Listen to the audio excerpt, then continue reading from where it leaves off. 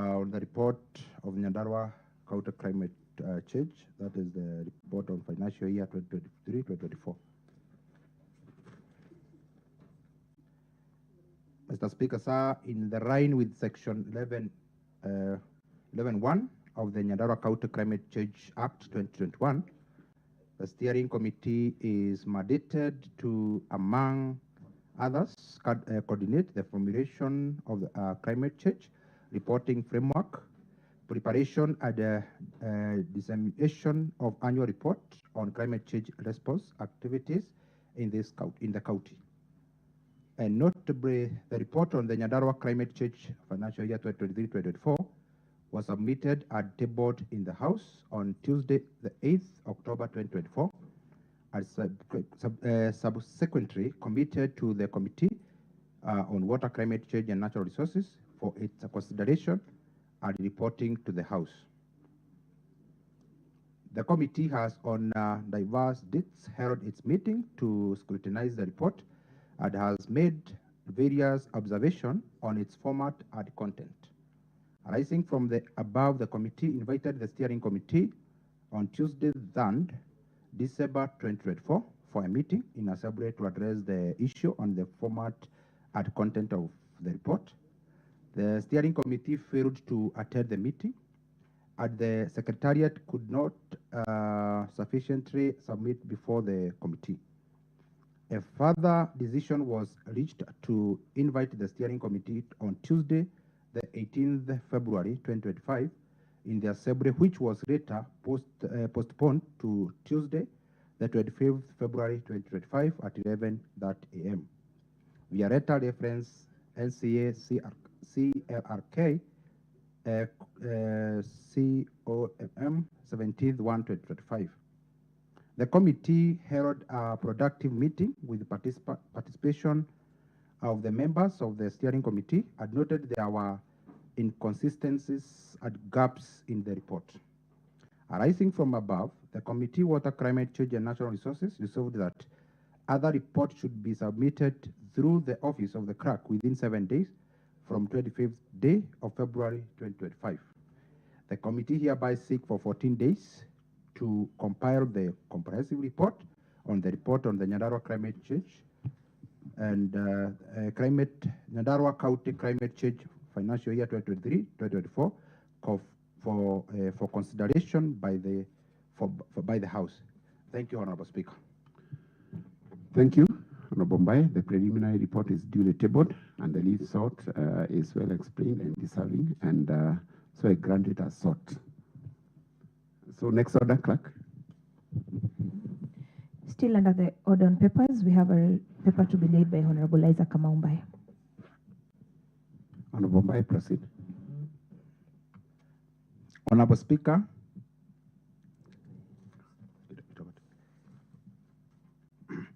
Honorable Speaker, budget implementation for the financial year 2023-2024 report. The committee on considering the above report requested for information from the department, which is under consideration. Mr. Speaker, sir, the committee seeks further 60 days to compile a report and bring to the House for approval. Yes, the preliminary report is duly tabled. The leave sought is well explained and deserving, and so I grant it as sought. Clerk, ensure the same is on record. Clerk, next order. Yes. Mr. Speaker, I wish to register disappointment and disapproval of my chair for water. Because, Mr. Speaker, the report he has led today is not the report we agreed on yesterday. And I wish personally to request that the original report we did on this matter be brought as we agreed. And the point at which it was changed, we be told as members of Water Committee at what time it was changed, by whom, and for what reason.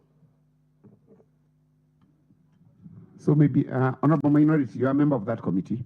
So, Honorable Mbai, respond to that. Thank you, Honorable Speaker. We agreed that the report that we received, lacked what we called the information that we wanted. And for that reason, we could not come and discuss the report that we have not yet received. So we received the report that we didn't agree with. So, and we cannot, I could not come here as the chair of that, as the chair of water, and bring the report, you know, pretending that we have the report, yet we have indicated that we agreed that the department will go back and come up with the report. So we need to get the report, then scrutinize the report, then the report will be discussed because we had the report that we wanted. Mr. Speaker. Yes, Honorable Minority, first before I'll be coming to, who is that? Oh, Honorable Milka, Honorable Minority first. You know, Mr. Speaker, I am listening to the chair and I'm asking a single question. Who does he speak for? Because the chair of committee speaks on behalf of its membership. It is the membership of water committee that sat yesterday, did the report that we are supposed to have presented this morning, a preliminary report, which has explained this house is supposed to be seized of the reasons why we are not able to bring this particular report. Our summary report had clarity that was supposed to be given to the members of this county assembly on the question of why we are taking some bit of time before the report of the climate change is brought. We agreed, and I would want to have other members of the water committee, if they are, I can see quite a number here, to say whether we were not conclusive.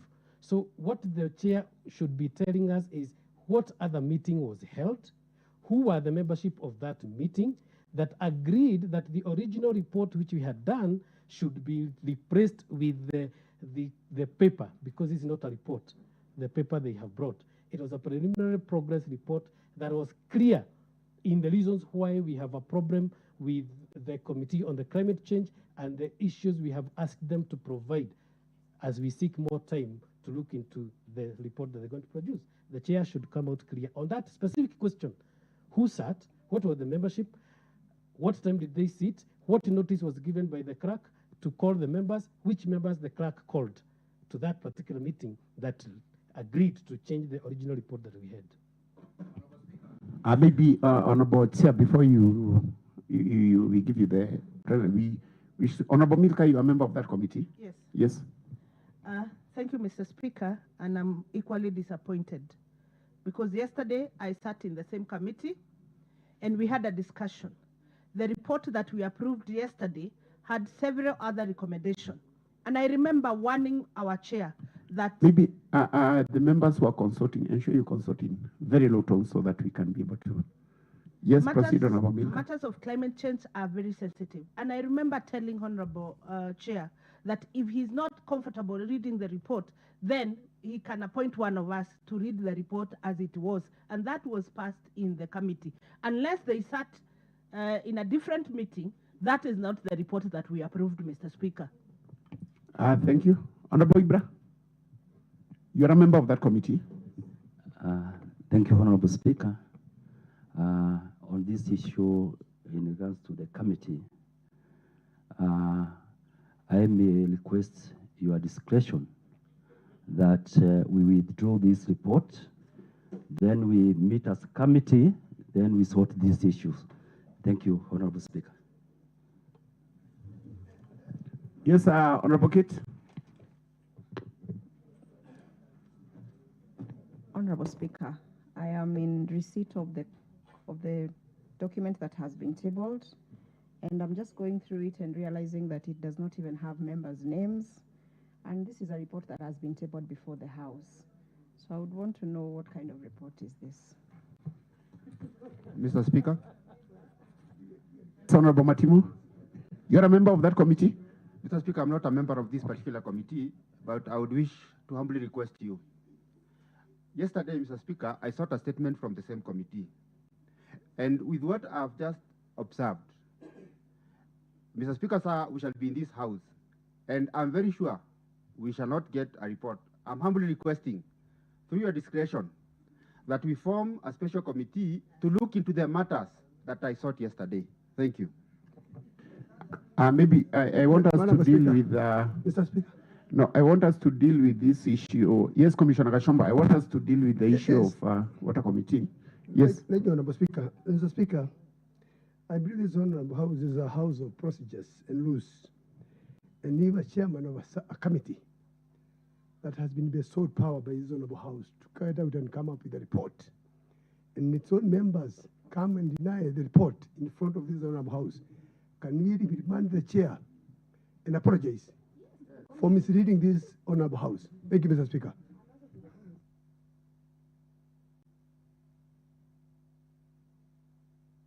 Yes, any other member before we come to the chair? Yes, Honorable Chair. I wait for your direction, Honorable Speaker, because everyone knows that we have a secretariat that carry out the mandate of writing the report. And I left Honorable Mwangi Geshoki, my member with secretariat, in that room. So meaning, Chair, the reporter that I'm reading, maybe he had studied better than me. So, Honorable Speaker, make the right decision so that if we go back and we get the report that they had. Point of order, Mr. Speaker. Maybe before we go that direction, Honorable Member, just a minute. Let us take our time. So, Honorable Chair, the reason probably we had given other members and preferably members of Water Committee is so that they can have an understanding whether there is a different report that was written from the report that you had written. And maybe probably from what you are confirming, you did not sit in that committee up to the end, correct? Honorable Speaker, I sat in that committee until the end. Until the end. But the time I left the boardroom, after the meeting, I left Honorable Mwangi Geshoki with a crack there. Point of order, Mr. Speaker. But Point of maybe, order, Mr. honorable members, to avoid a lot of, what we just needed to confirm is whether there was a different meeting as to whether there was a different setup. And now that I wish to give my directions in this matter. Maybe just because yes. He has maliciously invoked my name. Mr. Speaker, once a meeting is ended, we do not seek the chair's permission to know who is left in the room and with whom and doing what. And for that reason, the chair is completely out of order. If he admits that he sat through the meeting, then he should be asking for the report we agreed as a committee as at the time he was leaving. Whatever other time I may be have left with whoever he may want to insinuate, I would want to understand from him at what time we will be seeking permission to move out of rooms or not, and when to get to rooms, and whether we will need to be sitting with him or walking with him wherever he is, so that he can certify who we are with. Yes, Honorable Gadongo, what is it? Thanks, Mr. Speaker. And as we enjoy this drama from the Committee of Water, Mr. Speaker, I believe in this assembly we don't work in rooms. It's committee room, Mr. Speaker. But if they are working in rooms, can you know, Mr. Speaker? Thank you. Point of order, Mr. Speaker. Yes, Honorable Milka, you are on your feet. It was on a point of order because the members who are in that committee are not Honorable Mwangi Geshoki. Because the chair said that Honorable Mwangi Geshoki was left with the secretariat to change the report. We sat and completed and concluded on a report. It is embarrassing also to bring a report that does not even have members' name in it in this assembly. It is embarrassing, Mr. Speaker. Chair is out of order. We passed a report that should be tapered the way we passed it, Mr. Speaker. Thank you, Mr. Speaker. With my intervention, Mr. Speaker, I request if there is another way, another harmonious way to solve the issues, Mr. Speaker, I would plead if they can go back and resolve the issues instead of washing the dirty linens in the honorable house. Thank you. Thank you, Honorable Kungu. I think, Honorable Speaker, I think this is a serious issue because I think the time I have been in this assembly, it is not precedented. Where we had a case where the chairman tables a report and the members rise and come against the report. But I think our standing orders are very clear on how a report is generated and how it ended up being tabled in the assembly. Of course, we say that committees are an extension of this house. And Honorable Speaker, if the members of the Water Committee feel that whatever they discuss, because we were not party to it, and because they are here, they are only people who can tell us that this is not what they discussed. If honorable speakers, you are making your ruling, that the honorable members here feel that the report that has been tabled by the chair is not the report that they prepared, I advise honorable speaker that it should be withdrawn. They go back, they come here and table officially a good report, so that we can also be in a position to debate that report. Because as members now we are confused even how we can be able to debate. So I seek that you require that it is being withdrawn from the House, and then it will be tabled appropriately when there is consensus among the members. Thank you. Yes, Honorable Muhindi. Thank you, Mr. Speaker. And I just want to seek clarification as you make your ruling on two issues. Number one, we don't need a concurrence of the committee when they are tabling a report. A committee can have people who are opposing and people who are approving. So if some members of the committee are opposed to the report, we should then go ahead with the debate, and this assembly can either adopt or reject the report as it is. Because it's a report of the committee. Number two, when the chair says that the report was brought by the secretariat, I think, Mr. Speaker, that one needs to be taken very clearly, because he's now shifting the burden from the committee to the secretariat, and it is dangerous when you say it's the secretariat that prepared a report. So you want to say that you, as the chairman, came here and read a report that you had not gone through when you were bringing it to the House. Thank you, Mr. Speaker. Thank you, Honorable Muhindi. Anyone that I've left out? Information to Honorable Muhindi on the discerning voices and the... Yeah, no. We'll deal with that in our ruling. Yeah, but you can make any contribution. Mr. Speaker, when there is a discerning voice, it is always registered in the report. In our report, it is not there because there was no discerning voices. Yes, thank you.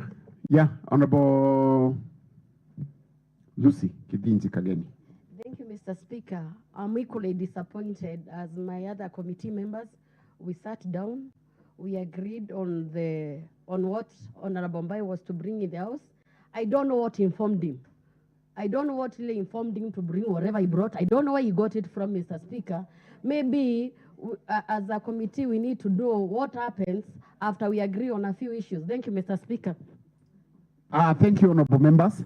Honorable members, I believe that I'm just giving direction in regard to this, so pay attention.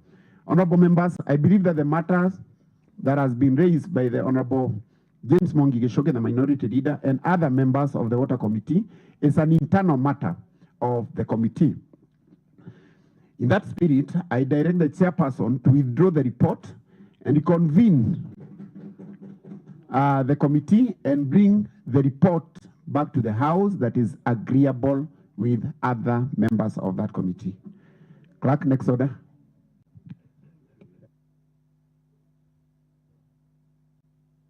Maybe Chairman Water, maybe are you able to be ready in the evening or next week?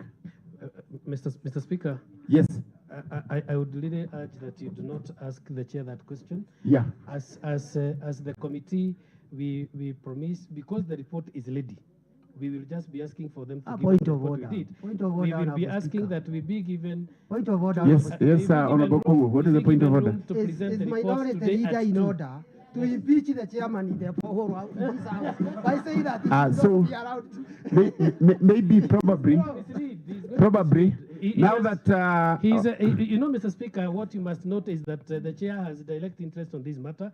He's willingly and knowingly diverging the requisite important aspects of discussion within that report, knowingly and willingly. Therefore, his position on this matter cannot be correct. And that is because it's already compromised. We are saying, as the membership of the committee, that the report is ready and we shall be able to Point of order, present Honorable it Speaker. today at 2 p.m. Yes, Honorable Speaker. Yes, Honorable Mbai. I need to remind Honorable Mwangi Geshoke I'm still the chair, and he's still a member of Water. And it is always to know that I am not a minority leader. He is a Sorry, minority leader. Honorable Mbai, come up again. I was disrupted by the clerk. Sorry. Come up again. I would like to remind Honorable Mwangi Geshoke, he is a member of Water, not the chair. So whatever decision can be made, whether he agree or disagree, I am the chairman. He is a minority leader. So, Honorable Speaker, I would like to withdraw the report. Yes. And allow us to bring that report they are talking about at 2 p.m. And as the chairman, I delegate Honorable Mwangi Geshoke to read that report he's talking about at that time. Maybe. Honorable Mbai, what we do... Point of order, Mr. Speaker. Just a minute, I give some directions. Honorable Chairman, now that you've withdrawn the report, maybe proceed and comply with my directions. You retreat as a committee. You sort out your internal affairs. Maybe at the committee level, you will have the discretion as the chair to delegate to any member that you will be willing to. And then we can have the report in the afternoon. Maybe Honorable Whip? I wanted to tell the House that the Chairman Water is misleading us. We do not sit in this House at 2 p.m. So can he tell us when he's bringing the report? Yes, Chair, respond to that. To that, Honorable Speaker. Thank you. Thank you, Whip, for that sensitivity. Otherwise, he might mislead the House.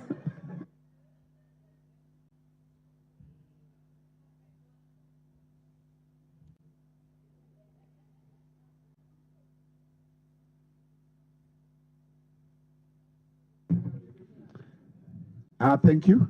Maybe clerk, next order. Mr. Speaker, sir, still under order number 5 on papers, we have a paper to be laid by Honorable Isaac Kongwanjiro, the Chairperson, Budget and Appropriations Committee. Very well. Honorable Isaac Kongwanjiro, Chairperson, Budget and Appropriation Committee.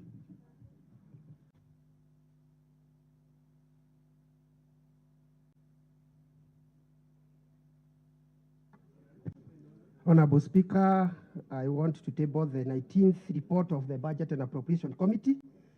This is a report on the budget adjustment requests by the CCM Finance, Economic Planning and ICT under Section 135 of the PFMA Act of 2012. Honorable Speaker, and I can assure you that we have agreed as a committee as I table this report. Thank you, Honorable Chair. The report is duly tabled. The same shall be processed as directed by the House Business Committee, that is pursuant to Standing Order 157, 5D. Clerk, next order. Order number 6, notices of motion. Mr. Speaker, sir, we have a notice to be given by Honorable Isaac Kongwanjiro, Chairperson, Committee on Budget and Appropriations. Very well. Honorable Isaac Kongwanjiro, Chairperson, Budget and Appropriations Committee.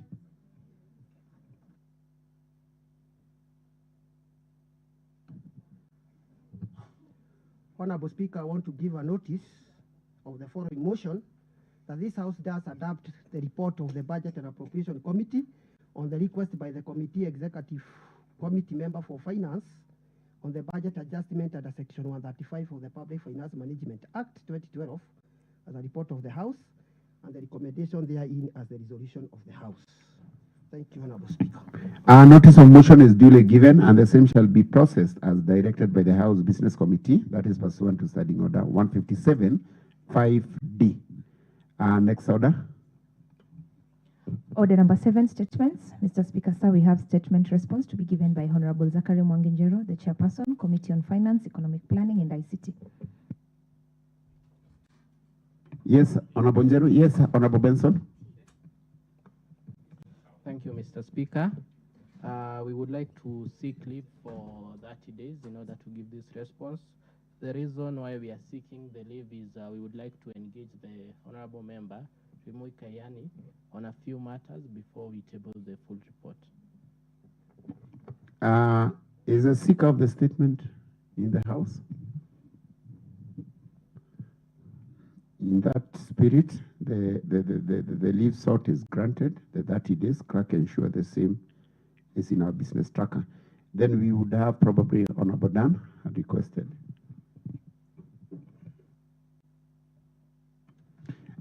Maybe Honorable Dan, because we are on supplementary order paper, you will come in the main order paper. Thank you.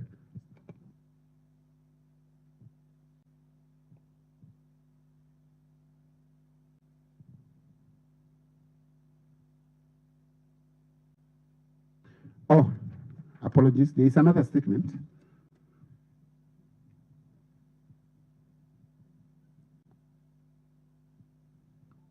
Clerk, proceed with the other statement. Mr. Speaker, sir, still under the order on statements, we have a statement response to be given by Honorable Zachary Mwangijero, sought by Honorable Samuel Madu. Yes, Honorable Benson.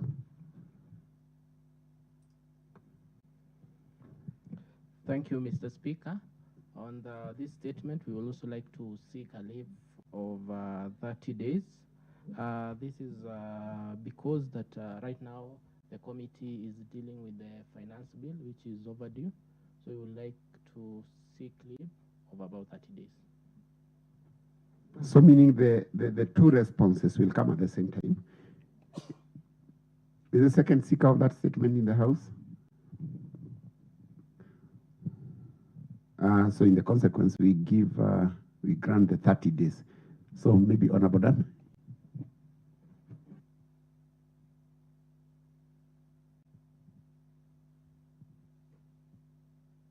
Order number 8, motions and bills.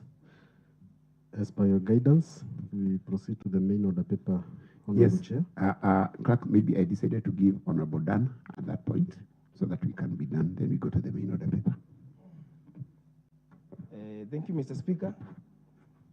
Allow me to read the statement of gratitude. Honorable Speaker,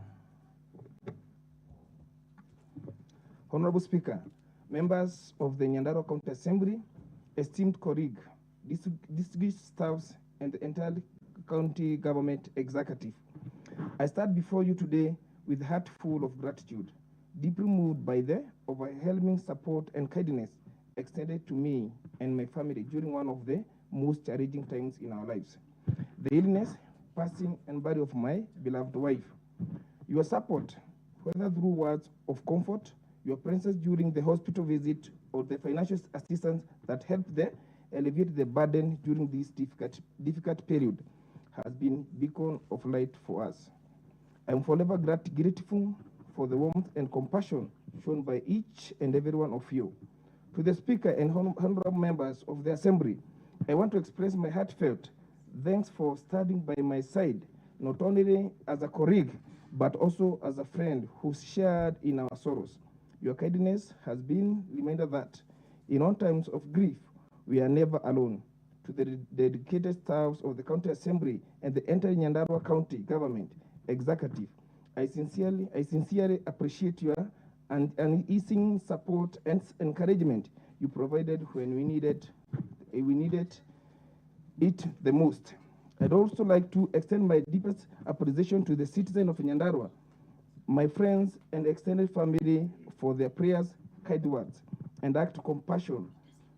Your unwavering support has been immense source of strength, and your sorrowful has been great comfort to us. As we continue to mourn, we also take solace in the word of Bible. Blessed are those who mourn, for they will be comforted. Matthew 5, verse 4. Indeed, your kindness has been comfort that we needed during this time of sorrows. I'm truly grateful for each one of you. May God bless you all, and may His peace continue to reign in our heart. Thank you once again from the bottom of my heart. Thank you, Mr. Speaker. Thank you, Honorable Dan Githinji. May the good God continue consoling your souls. So, Clerk, let us proceed to the main order paper.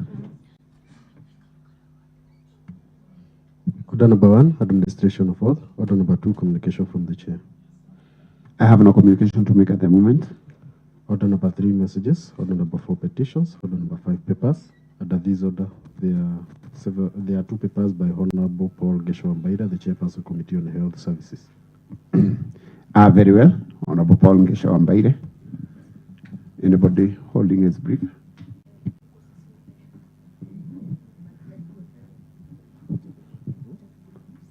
Anybody? On behalf of the Chair, Health.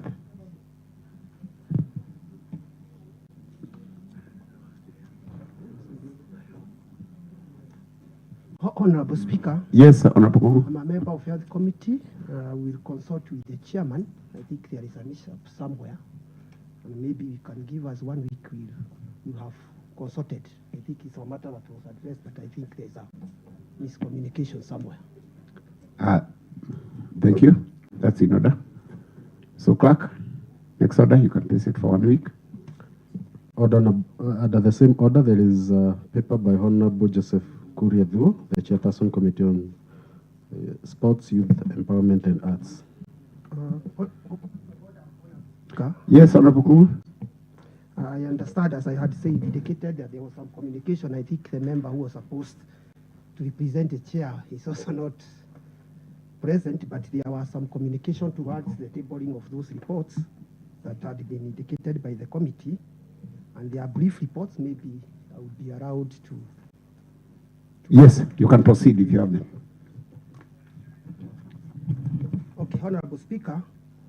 I think the first of all is the report of the committee on health services on the JM Memorial Referral Hospital. And I would like to indicate that the Committee on Health Services was duly mandated by this esteemed House to scrutinize and report on the annual report of the JM Karaoke for the period ending 30th June 2024.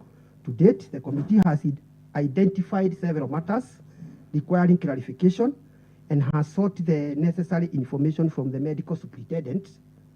Presently, the committee is in the process of analyzing the response provided in relation to these issues.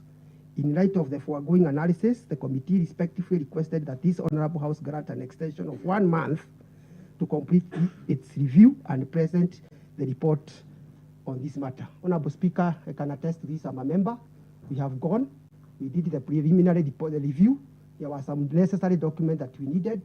We indicated to the superintendent of the JM, who is the secretary to the board, and they have brought a huge form of information which is being scrutinized by the committee. And I think within 1 month we'll give a conclusive report or the financial report for the JM. And Honorable Speaker, I table this preliminary report. Thank you. The preliminary report is duly tabled. The leave sort is well explained and deserving, and so I grant it as sought. Honorable Kumu, you say 30 days? Yeah, 30 days. So we can move to the next report. I think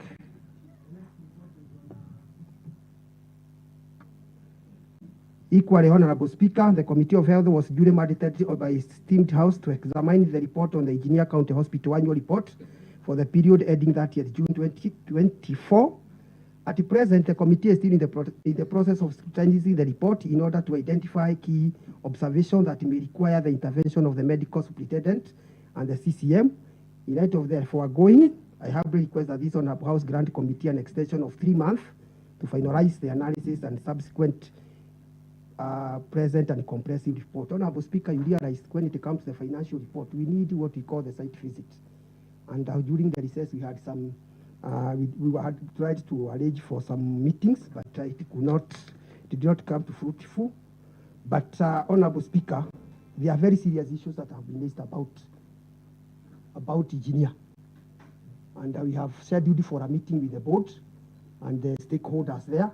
And that is why we are requesting for this time, because we really want to know what is happening, because there are certain issues that are coming out very strongly, and we don't want to conclude there is misappropriation of resources before we can be able to attest by visiting that facility.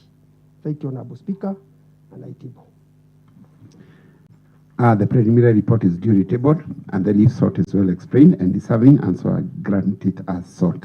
Clerk, next order. Under the same order, there is a paper by Honorable Joseph Kuriadhu, the Chairperson Committee on Youth, Empowerment, Sports and Arts. Yes, Honorable Joseph Kuriadhu. Yes, Honorable Patience Manga.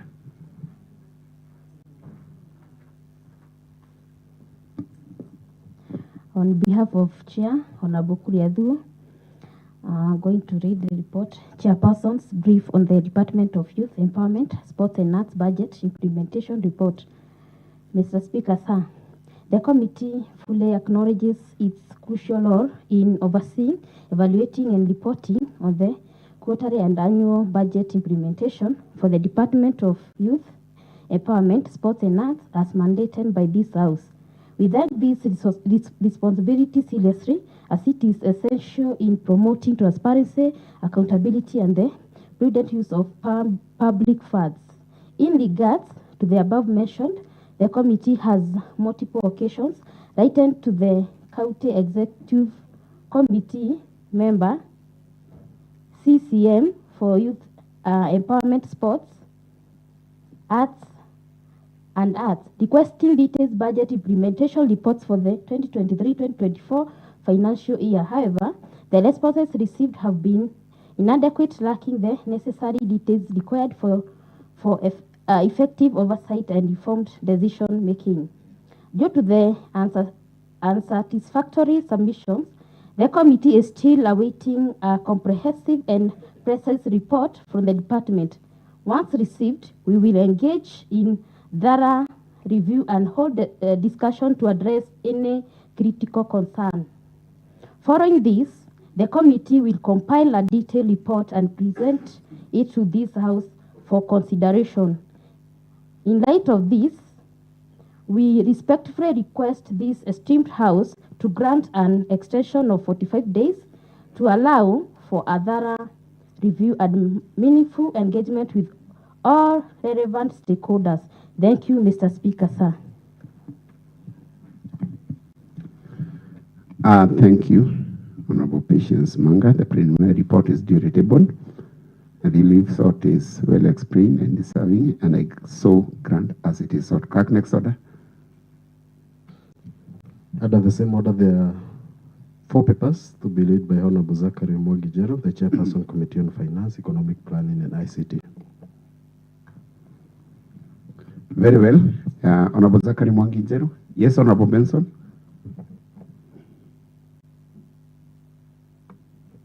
Thank you, Mr. Speaker. So the first one is a report of the Committee on Finance, Economic Planning, and ICT on the Nyandarua County Finance Bill 2024. On this one, Mr. Speaker, the committee is awaiting a consultation with the executive in order to collate on the charges that are being charged. So we therefore would like to seek a leave of 30 days. Very well. Yeah, Honorable Benson, the 30 days sought are granted. Thank you, Mr. Speaker. On the second one is a report of the Committee on Finance and Economic Planning and ICT on the budget implementation of the financial year 2023-2024. On this one, Mr. Speaker, we would like to seek a leave of 45 days in order to bring a comprehensive report. Very well. The leave.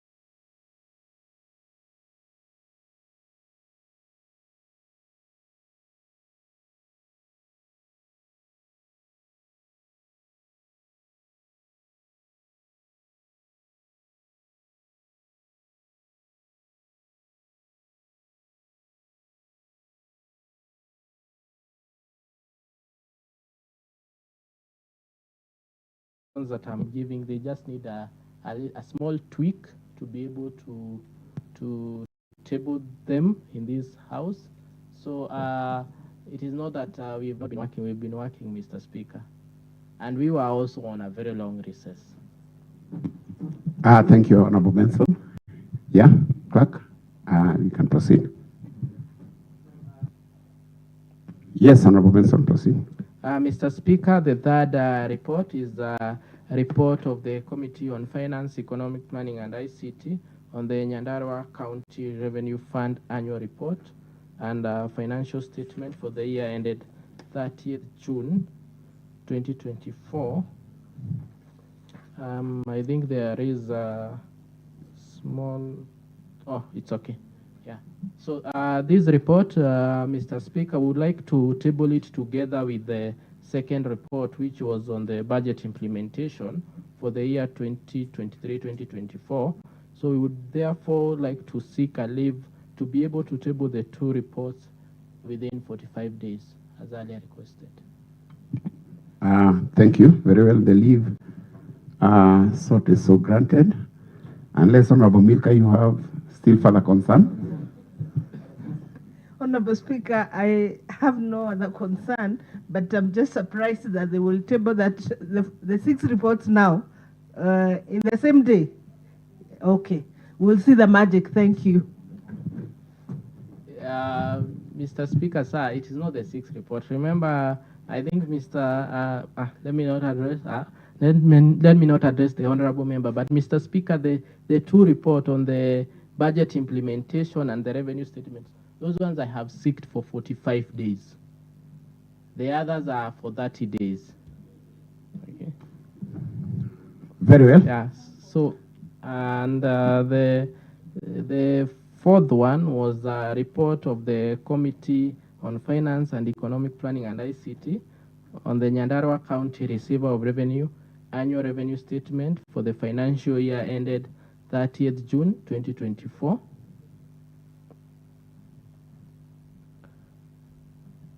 This one, Mr. Speaker, sir, I'm just trying to check if it is the same one as the second report that I just read.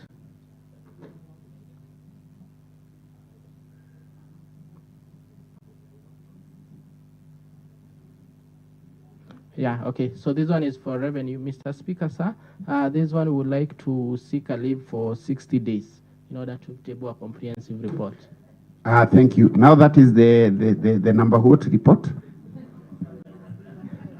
Mr. Speaker. The 4th report on this order paper. Remember, the other reports were on the order paper that was to be there yesterday. The supplementary order paper. So we are 2 from.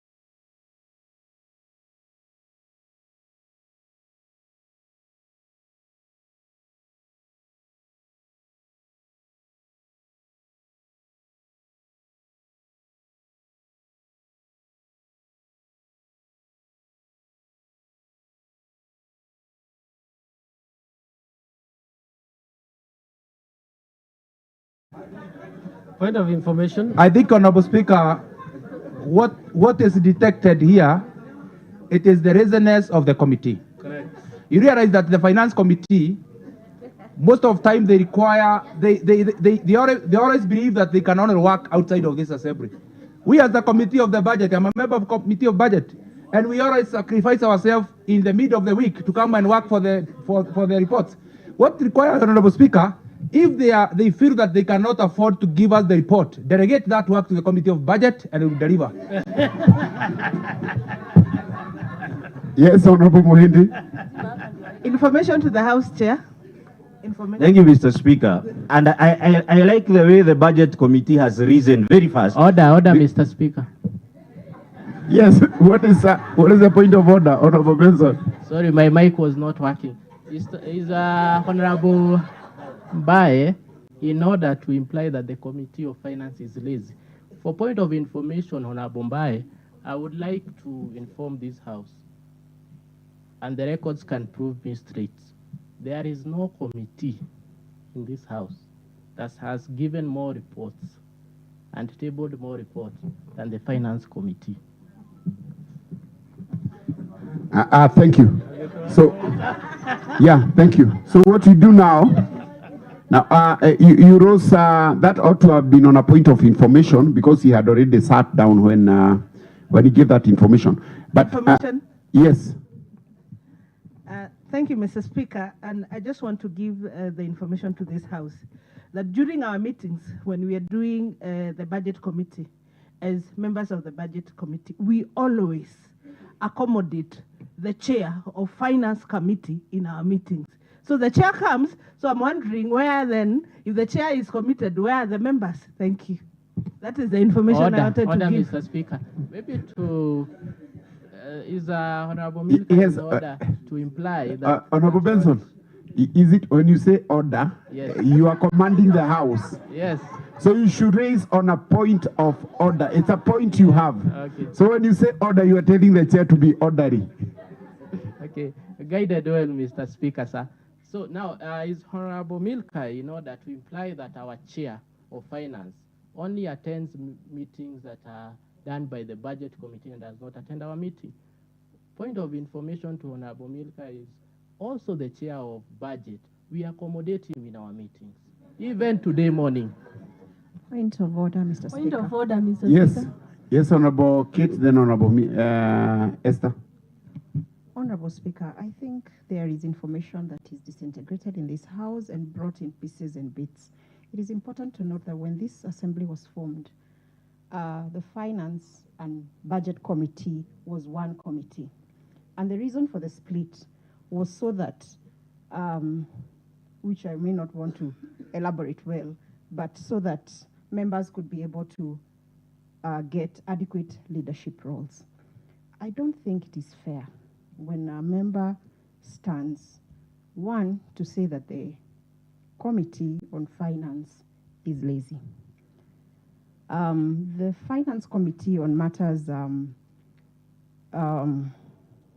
Finance Bill is a document that comes from the executive, is worked on from that side, goes through public participation, and then is brought to us. The same has not reached a deadline and is due in 30 days. So when we seek 30 days, we are within our time frame, and that is because the executive only tabled the document the other day. The Chairman Water has said that the committee finance is lazy. Honorable Speaker, a few moments ago in the supplementary paper, he brought a document that did not belong to this House. Yet he calls us lazy. I think then he is lazy because he is being sly. Honorable Speaker, it is wrong to even imply that we have 6 documents that are not ready. Point of order, Honorable Speaker. Environment Committee, Honorable Yes, Speaker. what is the point of order, Honorable Mbaye?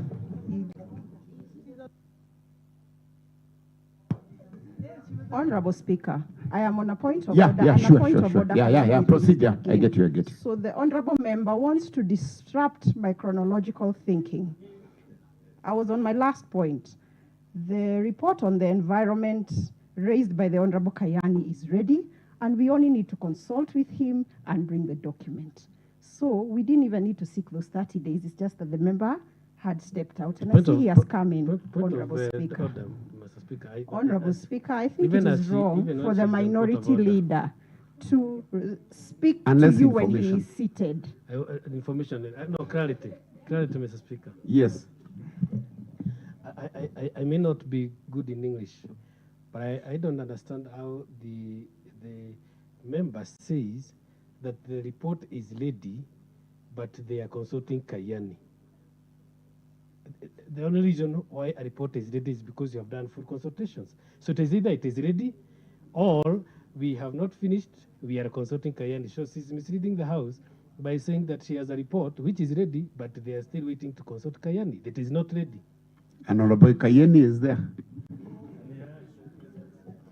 But anyway, maybe we can now proceed. Honorable Benson, you come back to you.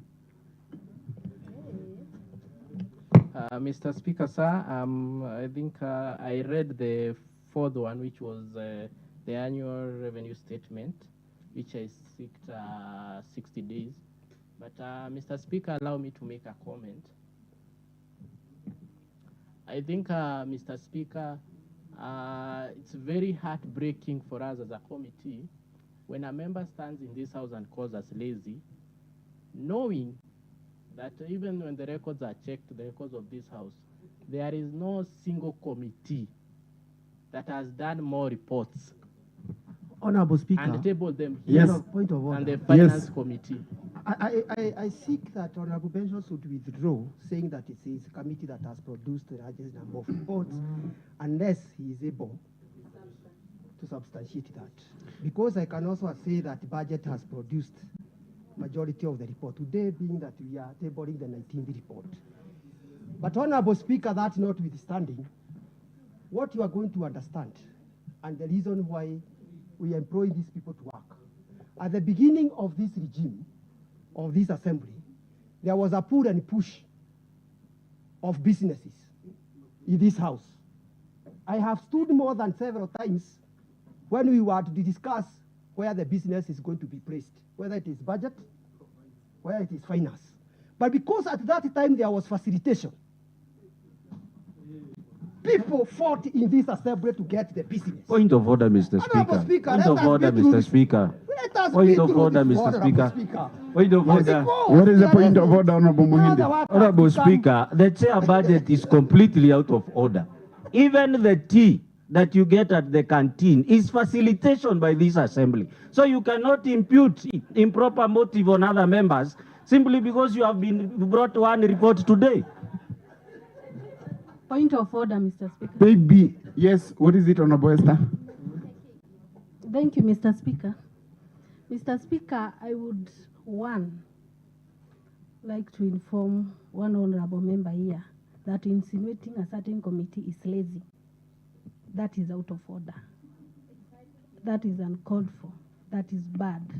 Honorable Esther, it's the role of the chair to confirm it's out of order, so you just plead your case. Whether is it in order for this and that and that. Now, my point was, Honorable Benson gave a very informed reason why they are not tabling or why they have not completed the work in their hands. And he said we should all remember and understand that we had gone for a very long recess, which is very much acceptable. And that now calls for us to relook into our assembly calendar. We got so many recesses before us. So, Mr. Speaker, I would request that we check into it so that at least we can have adequate time for our committees. I don't know why members are seeing this funny. This is not funny. I know that is a done case. Lakini, we should relook into it going forward, because you can't imagine one committee bringing 6 preliminary reports that are not complete, always seeking leave for 60, 45, 41, 21 days. That is not in order.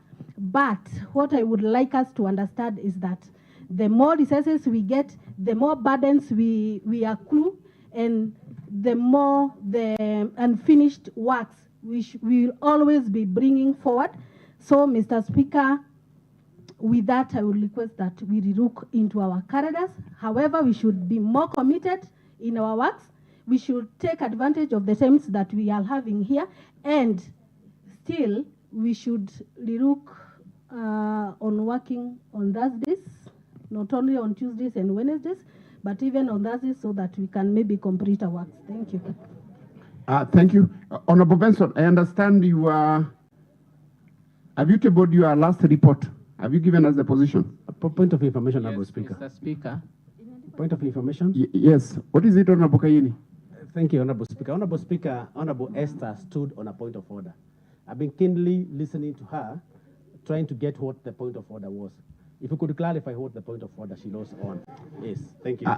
Maybe one of the reasons as to why I did not respond is because at the time Honorable Esther was raising, there was no member who was contributing for it to be out of order. And therefore, she ought to have come from the point of information all the above. But however, all her concerns have been noted and their concerns that we'll address. Honorable Benson, let us proceed from where you had left. So, Mr. Speaker, allow me to conclude. The last report I had seeked a leave for 60 days. And maybe to respond to what Honorable Kongo asked us to whether I know how many reports we have done. We have, in our committee, we have a tracker. And I can tell you, so far we have done 20 reports. And with these ones that we will be able to table in 30 days, it will amount to about 26 reports so far. So unless I'm proven otherwise, I can confirm without a doubt that the Finance Committee has done more reports in this House than any other committee, unless I be proven wrong. Thank you, Honorable Benson. On the last issue, Mr. Speaker, as I sit down, I would request that Honorable Isaac Mbai apologizes, withdraws and apologizes for calling the Finance Committee. Mr. Speaker, sir. Yes. Maybe Honorable Mbai, what was the position? Did you call the Finance Committee lazy? No, Honorable Speaker. Yes. If I would like to clarify the word laziness. The word laziness means that a quality of being unwilling to work or use energy. So Honorable Muhede, Honorable Muhede indicated that they don't have enough time to deliver. That is an act of unwilling. And that's why I was starting here to request, if they are not willing, then we as a budget committee, we are willing. Thank you, Honorable Speaker. So, Honorable Mbai, you've transformed from not lazy, but they are unwilling.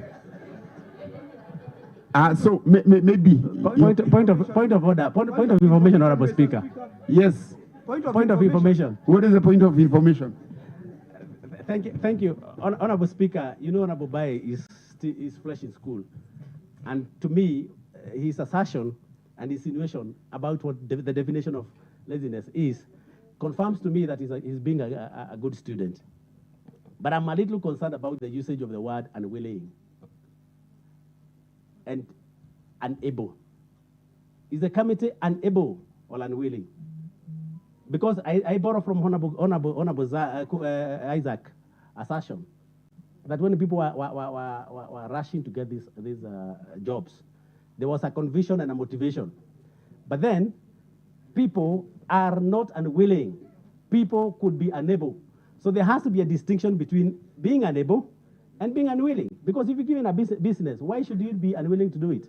And if you're unwilling, according to the definition given by Honorable Mbai, then you should forfeit that business to the people who are able to do it. Further, Honorable Speaker, when I walked in, there was a discussion about me being consulted on the report I had asked for. And with a lot of respect to Honorable Kate, Honorable Speaker, this is a business that was in the hands of the Committee on Finance, which is supposedly having done most of the reports, and they are not able to give that on time. And they can also confirm that in the House that they are consulting me. I can confirm before you, Honorable Speaker, that I have not been consulted on this matter. And therefore, I found that statement being said in bad faith, because as a doyen of this Honorable House, I wouldn't want to be associated with things that appear to be half-truth. I don't want to call them lies, because lies has taken a very bad precedence in this country. I want to call it a half-truth. Point of order, Mr. Speaker. The truth as it Point is. of order. Yes, what is the point of order? Mr. Speaker, sir, in his Honorable Kayani, in order to say that he has not been consulted, remember this report, we did table a preliminary report twice. Last year, we tabled a preliminary report twice. And I remember even in one of the meetings, we invited Honorable Kayani. So now we were just wanted to consult him on the final report. So it is that nothing. It is not that nothing. Point has of been clarification, happening. Mr. Speaker. Yes, Honorable Benson was on a point of order. Yeah, So maybe Honorable Benson, you can proceed with. I wanted to put that matter to rest. You can proceed and continue consultation with Honorable Kayeni, and we put that to rest. Honorable Gishoki. As we put it. Oh, Honorable Gadungu, I'm coming to you. I'm coming to you immediately. Sorry. You know, Benson have made things worse. I was coming to indicate like they are doing something, but now when he comes back again here and tells us that they have had 2 preliminary reports in last year, and now in this year they are bringing another preliminary one because they have not consulted. That Mr. Speaker, now even when I was starting to think like Bayo was being unfair, it appears the committee either is deliberate on not handling the question as raised by Honorable Kayani, or they have another different issue. When the member on the floor of the House says he has not been consulted, and the committee indicates that it is waiting to consult him, it then tells you this report is indefinite. We are not clear when it will come, because even as at the time of saying they are going to consult a member, and that member says has not even been notified, then there's no definition of time in when this report can be brought. The question of laziness is apparent, and this committee should only be do their work, and that is it. Simple. Maybe before we come to you, Honorable Benson, we can have Honorable Gadungu. He has been on mic throughout. Thank you, Mr. Speaker. And as Honorable Benz celebrates the 14 reports they have made into this House, Mr. Speaker, they have said 20, Mr. Speaker. They should also say, and I wish 21. You say 21 reports? So he's celebrating the 21st. The 21st report. And I wish the chair was here, Honorable Mwangi Njeru Descartes. Honorable Speaker, of all the reports that they have brought to this House, they have been forwarded by public vuvuzelas to this assembly, Mr. Speaker. So they should also celebrate the vuvuzelas they have brought to this assembly and to the executive. Thank you, Mr. Speaker. So maybe Honorable Benson closing remark so that we move now to the next order. Mr. Speaker, sir, I think my minority leader needs to listen to me carefully. I did not say a preliminary report. I said a final report. And on the issue of consulting Honorable Kayani, we have previously consulted him on the preliminary reports. We were awaiting to consult him before we tabled the final report. I don't know if I can be any more clear than that, Mr. Speaker. Point of order, Honorable Speaker. Honorable Thank Speaker. You, Honorable Benson, for taking... Honorable Speaker. Yes, Honorable Majority. Thank you, Honorable Speaker. I wish to support the Honorable Member from Finance Committee, Honorable Benson. Honorable Speaker, you look at the speaker of this statement is Honorable Kayani. Honorable Speaker, point of information. Kayani goes for what he calls quality scientific researched response. Honorable Speaker,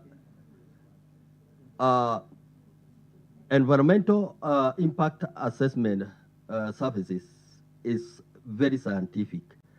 This is not something that the committee can afford just to respond for the sake of responding. This is why Honorable Benson is saying we need also time. Point of order, Mr. Speaker. We are looking What is the point of order, Honorable Milka? Mr. Speaker, this is not I'm just rising on a point of order, just because the Honorable Majority has just moved in, and now is he in order to discuss a report that is not even tabled. The effects of coming late to the assembly, he doesn't understand what is being discussed, so he's out of order. Honorable Speaker. Yes, Honorable Majority. I had sought some information. Maybe I was misguided. So that you can be a bit I was misguided on what was being.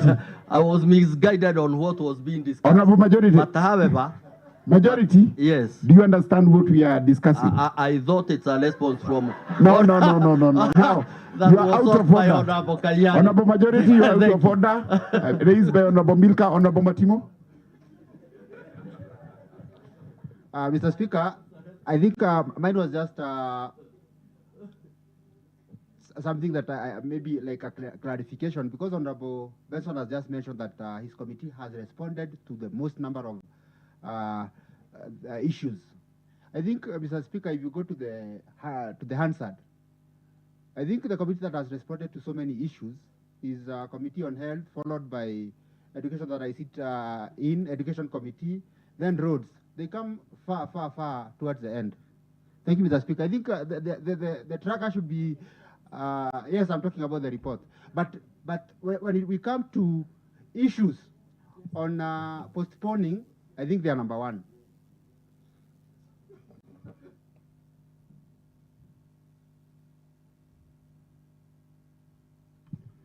Thank you. Clerk, now let us go to the next order. Order number 6, notices of motion. Order number 7, Point of information, Under this Honorable order. Speaker.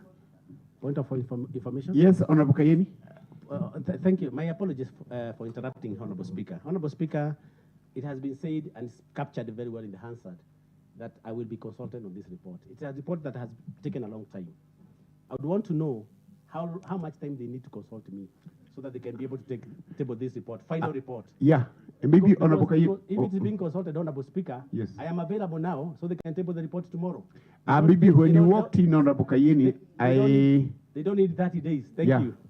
When Honorable Minority was on his foot, I stated that you've just walked in, and I further directed Honorable Benson.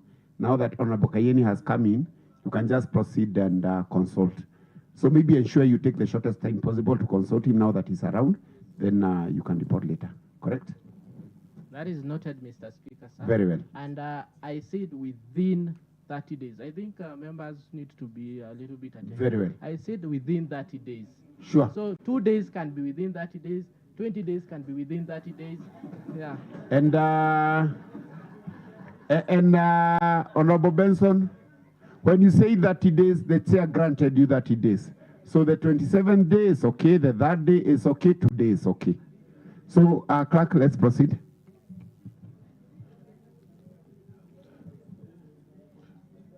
Order number 7, under statements, there is a statement response by Honorable Edna Wabu Kingori, the Chairperson Committee on Public Service Administration and Devolution, in response to Honorable Patrick Muhede's statement.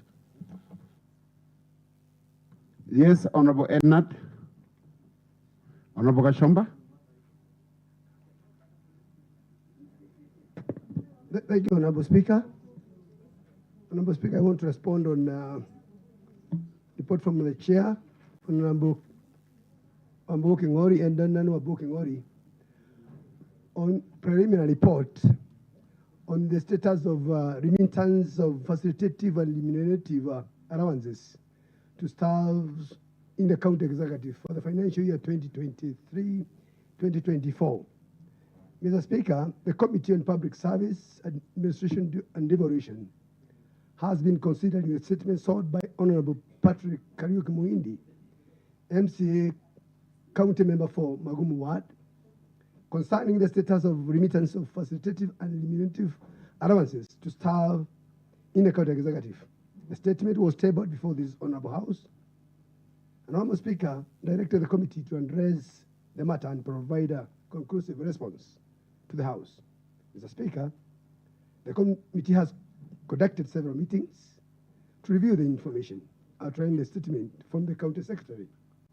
In this regard, the committee sends a letter reference dated 20th April 2023, the county secretary requesting the specific information. On 26 September 2024, the committee received written submission from the county secretary and the head of public service detailing the information submitted by 7 days, by 7 departments, directorates and authorities. However, on the 8th October 2024, through a reference letter dated 30th September 2024, the county Secretary, Head of maybe Public honorable Service, members from my left, let's forwarded additional submission lower our tone on consultation. to the committee via the Office of the Clerk containing reports submitted by 6 additional departments stroke directorate stroke authorities. The committee further received response from the County Secretary and the Head of Public Service on the status of remittance of facilitative and eliminative allowances for staff from the following entities. That is Education, Children Gender Affairs, Culture, Social Services, and also the Guinea Municipality. Mr. Speaker, the submission from the County Secretary was forwarded through a letter reference dated 16th October 2024. The committee carefully examined the documents submitted by the County Secretary and the Head of Public Service and compiled a program report that was tabled before this Honourable House on 24th November 2024. This is a report, Mr. Speaker. The committee resolved to seek further information from the county for verification purposes. Accordingly, Mr. Speaker, the committee sent another letter reference dated 18 February 2025 to the County Secretary requesting additional details. In the light of going... Honorable Kashomba, I presume this is a preliminary report you are going through, yes, correct? Yes. Perfect. In the light of the foregoing, Mr. Speaker, I request that the committee be granted additional time to thoroughly review the matter under consideration, signed by Honorable Edinard Wambuki, Chairman, Committee on Public Service, Administration Devolution. Thank you, Mr. Speaker. Thank you, Honorable Kashomba. How many days do you need? You said how many days? After the County Secretary has responded. Very well. Thank you, Mr. Speaker. The response report. Point of information. Point of order, Mr. Speaker. Yes, Honorable Gishoki. Yes. Honorable Kongo, you said point of order, point of information. Honorable Speaker, I think it is not in order for Honorable Gashoba to say when the county secretary responded. Yes. We need to have a time frame in this assembly for tracking and also for the table office to follow up on this matter. Because now what if he responds next year? You also need to push the county secretary to respond. They should give a time frame. Very well, Honorable Kashomba, you must give a time frame because the House has powers to push the county secretary to respond. Mr. Speaker, I agree. I request the House to give us about 3 weeks. We'll be able to track and see whether we'll be able to come back to this Honorable House. Thank you, Mr. Speaker. Very well. Clerk, ensure the same is done within 3 weeks. Honorable Gishoki, you had called the speaker's high. Sorry. Yes, I was just wondering, and I just wanted guidance for purposes of future. Like I am holding brief for Honorable Gesha, he called me on matters to do with the report, the statement for health. I was wondering on the Committee on Public Service. I want to be guided at what time does an ordinary member of a committee undertake business of a committee when the vice chair is seated and is clearly not appearing to know how the member has come in. I just want to have some guideline. And it is also noted, Mr. Speaker, that it is not the first time. And if you remember, I'm the minority leader. I am representing the vice chair who is my member. And I'm realizing that the business that ought to be transacted by my vice chair is being, of course, in a manner that is not clear, which we want clarity on, taken by the member for Jabini Kiboro in all matters public service when the vice chair is around. I can respond, Mr. Speaker. Maybe the Vice Chair of Public Service. Who is the Vice Chair of Public Service? Are you informed by the Chair that maybe there is an arrangement between the Vice Chair and the member? Maybe what is your position? Thank you, Honorable Speaker. I want to first of all appreciate the concern raised by my leader, minority leader, Honorable Mwangi Gishuki. We have not had that communication. So I'm also, it's catching me by surprise that Honorable Kashomba is the one reading, yet I'm in the House. Thank you. Yeah, Honorable Kashomba. Maybe, Mr. Speaker, I can respond to that issue. Honorable Shasha, I believe she came late when the chair of this committee actually Point of order, Mr. forward Speaker. this message to me that I need to lead for him. And he has delegated. Point As the of chair, clarification, he has the Mr. power. Yeah, on a point of order, it's okay. Mr. Speaker. Yeah, proceed on a point of order. Mr. Speaker, we have seen Honorable Gashomba severally step in late, but still conducts the business that he's supposed to dispense. Point of information. I am on a point Mr. of Speaker. order. Point of information. I'm not To calling who? on a point of order. No, Honorable Sasha, you proceed, you don't respond to another member. Because I'm aware that Whip is seeking to So it is not inform. in order, Mr. Speaker, for him to allege that I came in late. Yes, I came in late, but I'm here when before the business is dispensed with. So, Yes. And I know the contents of the report. I'm aware of the deliberations we've made as a committee. So I'm in a position to deliver the report. But you are not in a position to state whether you are in a position. You are supposed to ask the chair whether it is in order, whether he is in order. But nonetheless, I want us, Honorable Sasha, we deal with the current matter. I want to avoid the minute time he step in. I wanted we sort out the issue of consultation between the chairs and their vices, because those are internal committee affairs, so that we avoid the conflict. This follows the precedent of what Honorable Mbaye and his committee member just presented here. So maybe I would urge all the chairpersons and their committees to be in consensus in regard to every report, every presentation that is being made here. However, we are also aware that anytime a vice is late, the chair can delegate to another member. But nonetheless, be that as it may be, even the chair can be present. In many circumstances, you see a member of the speaker's panel chairing when the deputy speaker is in the house. In such circumstances, we've always agreed.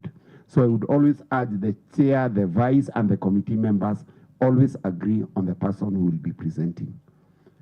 Thank you. Honorable Speaker, it is quite in order. Thank you. And it's, the House is well informed. And Honorable Gashomba can proceed, because as you can feel my voice, I have a cold, so I can't be able to read the voice.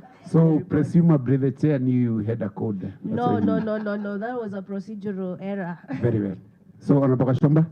Thank you, Mr. Speaker, for Honorable Chasha for understanding that actually the chair was calling her, but he was out of reach. And maybe that's why she came late and decided to delegate, so they can be able Point to of move order, forward as a Mr. member of Speaker. this committee. Thank you, Mr. Speaker. Yes, Honorable Sasha? I really want to rest the matter, but Honorable Gashomba cannot allege that the chair called me. I've not been contacted by anyone. Very well. Now, I think we have... She didn't understand. She was out of reach. When the chair called her, she was out of reach. Maybe the one was off. Unfortunately, we don't have the chair here to confirm that, but nonetheless, we have sorted that and the matter has been put to Point rest. of information. So, yes, Honorable Chair. Due to hierarchy issues, I think it is also in order when the member of a committee realizes that the vice chair is present, just reading if we surrender the business for the vice chair. I think, Dispense the Chair Budget, I have just given directions in regard to that.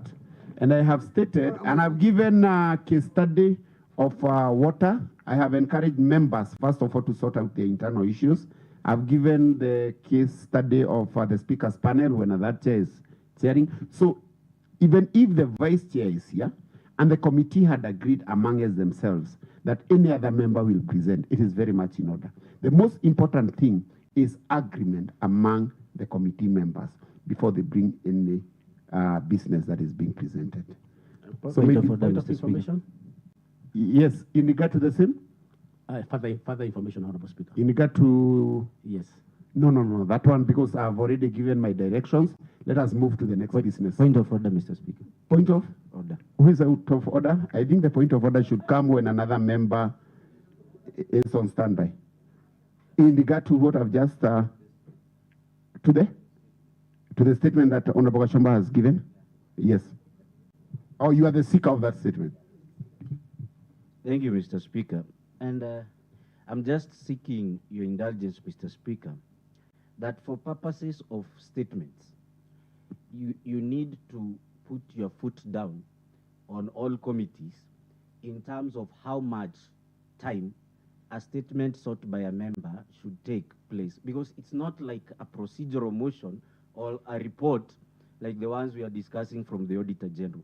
Because some of the statements we seek, Mr. Speaker, they are time-bound. They are happening within a certain specific time frame. And for example, this statement, Mr. Speaker, it was from August last year. And I think God is helping us today, this assembly. Everybody is saved. Everybody is talking the truth. I am a member of that committee, and they have been pushing my statement as a member of that committee under the carpet from August last year. Now they have pushed it. Because, Mr. Speaker, I'm sorry to say so, many of our committees have been infiltrated by the side that we are supposed to be oversighting. So that you'll find that some of the issues, they are managed from outside. So I'm just seeking that you bring back the integrity of this house, so that when we seek statements, if it is 21 days, let it be 21 days. Because these are statements on behalf of the people of Nyandarua. These are not personal statements. Thank you very much. In regard to that, Honorable Muhindi. Honorable Kayeni, is in regard to the same? Yes. Okay. Thank you, Honorable Speaker. Honorable Speaker, well, you ruled on the other matter, so I'm not going to go to it. However, I would have said that... Honorable Kayeni, I want you to say not what you would have said. Yes, Yeah. I'm saying, Honorable Speaker, that if a member in that committee does present a report, I would say that that member does so authoritatively. To say or to be seen to be saying that you've been asked to read kind of detach you from that committee. So that's just information. And to my senior Honorable Gashamba, is an authority in this assembly, and I'm not competent to advise him. But for the purposes of going forward, when you're given that opportunity, either by the chair or the vice chair, say it, take the opportunity with both strides, and own it. Thank you, Honorable Speaker. Honorable Muhede has said something that caught my attention. He did say that he's a member of that committee. And it got me thinking that if you're a member of a committee that does oversighting, wouldn't it be prudent that within the ranks of that committee, that you do your oversight? And therefore, Honorable Muhinde should have sought that information within the committee by calling the relevant authority on the other side. I didn't find it quite consistent for a member of a committee to come and ask for a statement from the same committee he sits in. I don't know how that's it, and I will seek your indulgence, Honorable Speaker. Honorable Muhinde said he's a member of that committee, and that's why I'm predicating my argument. Thank you, Honorable Speaker. Point of information, Mr. Speaker. Yes, and as you also give your information, Honorable Muhinde, remember this is a preliminary report they've given, and they'll give a more detailed report. You can proceed so that we go to the next order. I had rested my case until Honorable Engineer spiked me. The only way you can engage with the executive is through the assembly. The only way you can move the assembly is through a statement, because you cannot demand a statement from the chair. You can only demand a statement from the House. Then it is sent to the relevant committee. Then the House has been moved. There is no other channel where a member can engage directly with the executive in the committees. Thank you, Honorable Gashamba. In your preliminary report, in its conclusion, I noted that I respectfully request that the committee be granted additional time. How many more days? Mr. Speaker, actually, I responded and I requested 3 weeks. Thank you. Clerk? Honorable Speaker. Honorable Kayeni, what is it? Thank you, Honorable Speaker. I need to hear your indulgence and your commitment to the matter that I just raised. Exactly. Because from where I sit, as the chair committee on trade, my members, if they have a concern, through the clerkship that we have, we consult and we ask the clerk through the office of the clerk to seek the information that one of the members in that committee needs to be provided. That is why those committees are there to oversight the relevant department. What I found inconsistent, Honorable Speaker, and this is what I want you to rule on, is that a member of that committee, with the provision that he can ask for the same information through within the committee, because that's the mandate of that committee, did find it prudent to ask the same committee, a statement from the same committee that he sits from, to be provided through the assembly. I find a lapse there, and this is why I'm seeking your indulgence, Honorable Speaker. Whether it is consistent or whether it should be the norm that when a member in my committee or a committee that I'm in, instead of asking for that information through that committee that I'm in, that I could still ask the same challenge in the same committee that I sit in through the honorable through the assembly. I find it a bit inconsistent, but I will seek your ruling to set a precedent. Very well. Point of information, Very well. Honorable Speaker. In regard to the same? Yes. Yeah. Honorable Speaker, I've been listening carefully to Honorable Mohende and also to Engineer, and I think both are right. When we come to the statements in this House, the committees are required to oversight the executive, and they can do so directly as a committee, even without the statements. They can call for meetings, they can do consultative meetings with the executive, even without a statement or a motion or anything, or the tools that have been provided in this House. But at the same time, despite Mohende being a member of that committee, he is also a county member of this assembly. And he can choose to seek a statement in this assembly through the same committee where he belongs, because he wants that matter not to be a matter of the committee alone, depending on the sensitivity on the matter, to become a matter for this House, and by extension, to become a county issue, Honorable Speaker. And by so doing, if you look at the statement that was sought by Mohende, it is not a matter that just concerns that committee. It is a matter that concerns all of us. And so I think also Mohende was right by seeking a statement through his own committee to bring it here in this House, because he wants to give it more weight by allowing members to debate and make a resolution that will be followed by even the implementation committee to see that that matter is done accordingly. Because if they seek at the committee level, will there be resolutions? Will they be followed by this House? But he has given it more weight by bringing it in this House, by making sure there are resolutions in those reports, by making sure there is even another committee, implementation, to follow on that matter. Both are right. It is a matter of choosing how you want to do it. Mr. Speaker, may I have further clarification on that? Yes. Mr. Speaker, I think I am a victim of such, and it is important you give clear clarification, because there was a time I wanted to seek a statement, I actually twice, and because I'm a member of a certain committee, I'm told no, because you are a member of this committee, you need to get another person who is not a member of this committee and seek that statement on your behalf. And I found also that not very clear. But Mr. Speaker, if you give us a clear direction, according to what Honorable Kongo is saying, it is important for us even to know, for example, I'm a member of Water Committee, and I have a serious issue, maybe that I want to raise, and a statement that I want to seek in the Assembly. If I'm a member of the Water Committee, am I allowed by the standing order to seek that statement to the committee that I sit in? Because I have two pending issues that I'm not able to seek a statement because I'm a member of those two committees. Thank you, Mr. Speaker. Honorable Speaker, as you make the ruling. Yes, Honorable Kayini, I thought there is a pending, but I don't want to lose a process of thought, because the issue you raised is one of the issues that we intend to give ruling. The issue of Honorable Kongo and Honorable Milka is another very sensitive issue. As you make that ruling, I just want to throw some information to you. Yeah. And just to also the members. A chairman is a member of the committee. Can the chairman ask for a statement for his committee? As you make that ruling, because the chairman is also a member. Exactly. So can the chairman ask for a statement from his committee? Thank you. And maybe, I believe that is the concern that has been addressed by Honorable Kongo and Honorable Milka. So what we do, honorable members, in regard to that, further clarification, and in regard to the issue that was point of raised, clarification, Mr. Speaker. yes, what is it? Yeah. Thank you, Mr. Speaker. As you wind up on the matter, the Honorable Rimui has said a member can ask in the committee. Now, I just want you to give us now, how does then that committee report to the House? Because it's not a matter that is owned by the House. So how does that matter transmit from the committee, then it comes to be tabled into the House for debate? Very well, Honorable Mohinde. Honorable members, you realize that issue has got different and very diverse aspects.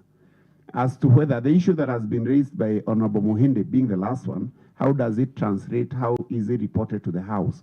So in regard to that matter and the complexity of the issues that have been raised, I will seek that I give a comprehensive ruling that will be based purely on research and directives on how to handle that. Probably you can allow to give me to give the ruling in 7 days. That should be next week on Tuesday.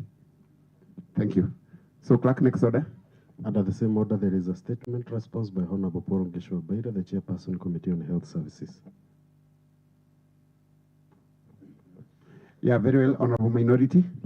Mr. Speaker, I wish to confirm that the Vice Chair of our committee is not present and that I have instructions by the Chair that I can conduct this business on his behalf by giving us the preliminary statement in matter statement response on the status of operations of JM Mortuary and Engineer County Hospital Mortuary.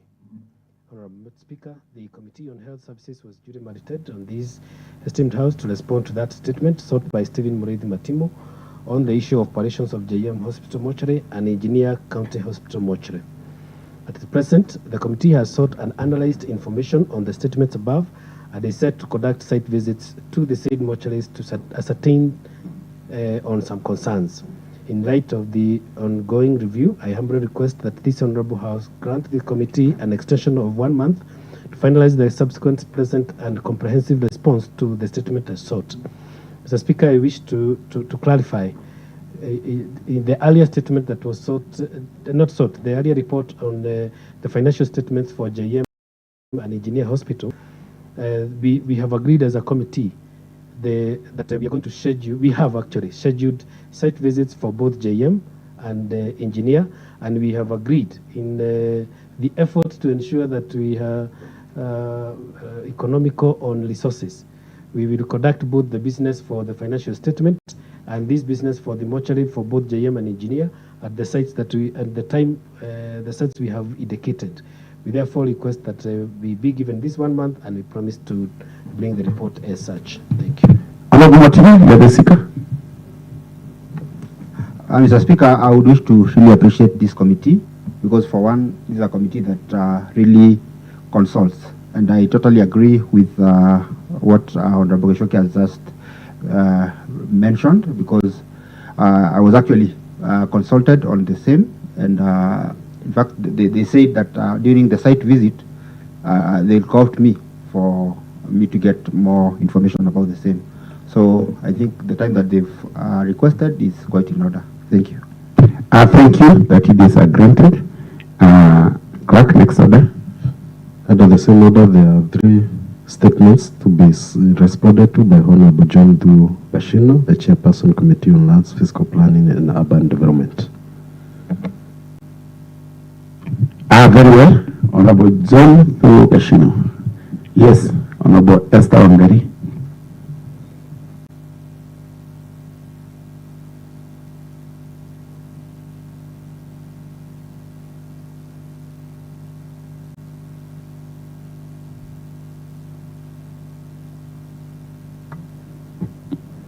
Thank you, Mr. Speaker.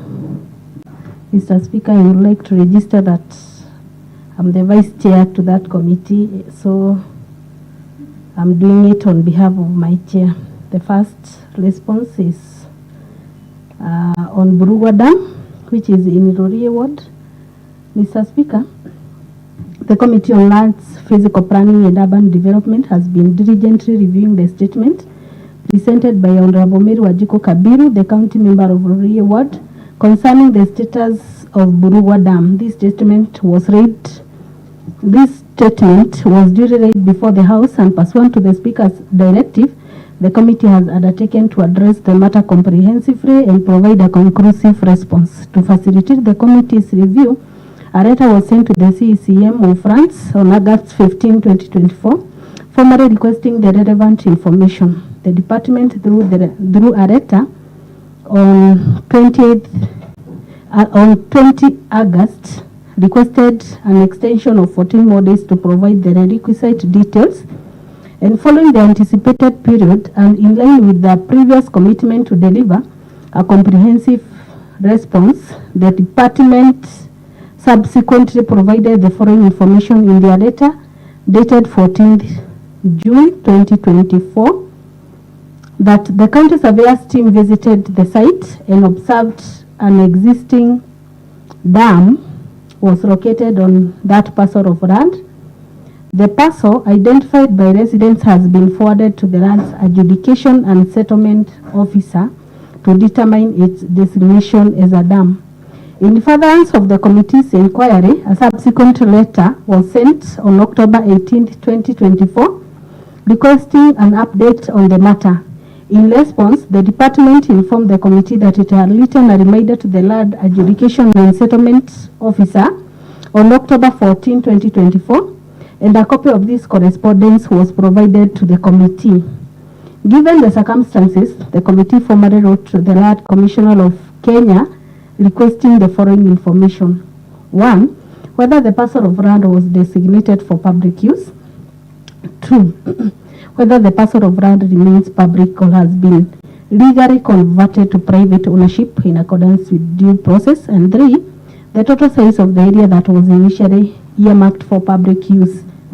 Regrettably, the committee has not yet received a response from the land adjudication and settlement officer, nor has the Land Commission of Kenya provided the requested information. As such, Madam Speaker, I request that the committee be granted additional time to provide a conclusive response upon receipt of the outstanding information. And in this regard, Madam Speaker, we were to invite the honorable member who was seeking for the information to our committee sitting today, so that at least we can look for a way forward on this issue. Thank you, Madam Speaker. On the second one,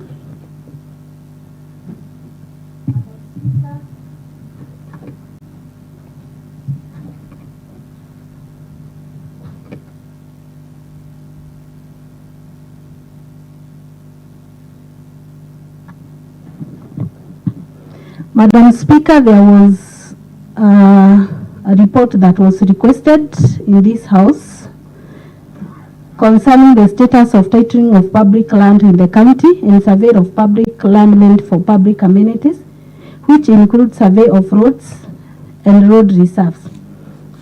Madam Speaker, the statement was requested by Honorable Isaac Kamau-Mbae, MCA Githioro Ward. And Madam Speaker, I wish to state that the committee previously tabled a comprehensive response report to this House at 2:30 p.m. on August 2021. On August 21, on 2024, that is last year, and is currently in the final stages of preparing an updated and more detailed report. In light of this, Madam Speaker, I request that we be granted some 21 more days to finalize the said report and present it to the House.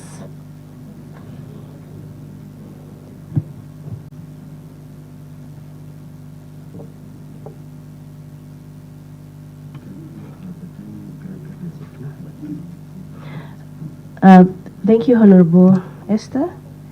On the first response, the one from a statement sought by Honorable Mary Wanjiku Kabiru, you didn't give us the timelines, and the response report is duly tabled and read for the second statement, and the 21 days are granted.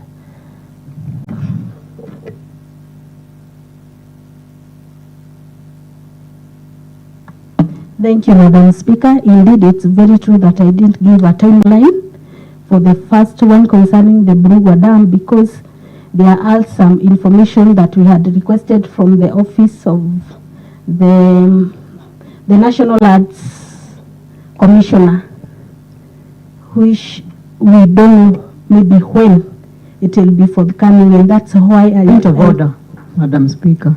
Yeah, Honorable Mary. You know, I'm sitting here amazed because if the chair lands is saying, I don't know, where are we then supposed to ask these questions? They must have timelines, they must know, because they are there for this committee, the lands committee, where we ask the question. Point of information, Madam Speaker. Honorable Esther, I think as the Speaker of the statement has concerns on the timelines, because you have to deliver to the house either way. Give us at least days, certain days, maybe 30, 45, at least a good period of time. For Thank you, Madam Speaker. That is why I had informed the House that the committee or the chair was to invite the honorable member who was speaking that report to our committee sitting today in the afternoon, so that at least we can get a way forward concerning this issue, because it is a very sensitive matter that is not ending with our county lands department. It has gone a further step to the National Arts Commission, so that we can know the way forward, because either way, we must have a way. Honorable Esther, for purposes of scheduling and planning, we need definite days, guys. Honorable Speaker, Madam Speaker, I think I also want to agree with Honorable Esther that because the matter is so complex, and we have totally limited mechanism in terms of engagement, because it's involving the national government and partially county government. I think we also need, as a committee, we also need some guidance in terms of legal way that we can pursue the said matter, because even if Honorable Esther commits herself that within 13 days she will be having the full report, it will also be somehow awkward to come back and narrate the same narrative. So maybe from the House or from the legal department, we need to be guided on when you hit almost dead end on a complex matter. What are the legal ways that are supposed to be followed? Honorable Majority, I don't think we are at a dead-end situation here. Kindly give us a few days, Madam Speaker. maybe a number of days, then you can work within those timelines for the purposes of scheduling. Okay, thank you, Madam Speaker. I request that you grant us some 60 more days, so that maybe we can bring a more comprehensive report. But I'm not promising for a final report as at that time. So the seeker of the statement, Honorable Madam Speaker. Mary, what is it, Honorable Martimo? Madam Speaker, I think if the committee, as they are saying, they fitted a dead rock, we can invoke the powers of this Honorable House to request for those documents that they are saying. Any public office, any public document is meant for the public, Madam Speaker. So I don't really understand why the committee is saying that they can't really get the documents that we've requested as a Honorable House. I think it's just a matter of if they've really reached their deadline, let them come and seek for more advice from the likes of Honorable Kongo, who will advise them on what to do. Thank you, Madam Speaker. Honorable Isaac Kongo. Point of clarification. Honorable Speaker. Point of clarification. I want to agree to some extent. He's on a point of order. That the matter may be complex, but sometimes it's very disappointing when we stand in this house and say that we don't have mechanism. This is a constitutional house and we have all the powers. We have powers and privilege to demand information from any office for this house to execute its business. So I am amazed by the legal team in this house on how much they are advising, because we have every tool to push the RAD Commission to give us information. We are constitutionally here. Everybody knows that our mandate is oversight, representation, and registration. And within our mandates, we have powers to push and even to invite them here to come. And if they don't, we have remedies to do that. I think it is only that the House is not helping the committee to put that power into place so that we can be able to get that information. Because when you tell us that, what do we do? And if they have reached that extent, we have even other ways, including the Senate, including other, we can even report to the ombudsman. You know, access to information is a right, even not to this house, even to an individual in this country. We have not exhausted. I agree they be given 60 days, but there are other mechanisms to make sure that that information comes to this house. That is well advised, Honorable Kongo. Point of clarification, Madam Speaker. All right, Honorable Esther, go ahead. Thank you, Madam Speaker. I can't agree anymore. Okay, I'm agreeing with what Honorable Kongo is saying, and that is why we as a committee were requesting to meet together with Honorable Mary Kabiru so that we can discuss on other mechanisms of getting that information from wherever it is supposed to come from. So not that we have hit a dead rock. No, we are on it. So that is what I want to say. So Honorable Majority Leader misrepresented the group. Madam Speaker. I said we are almost. Point. You address the Speaker when you are standing up, Majority Leader. Go ahead, Honorable Mary.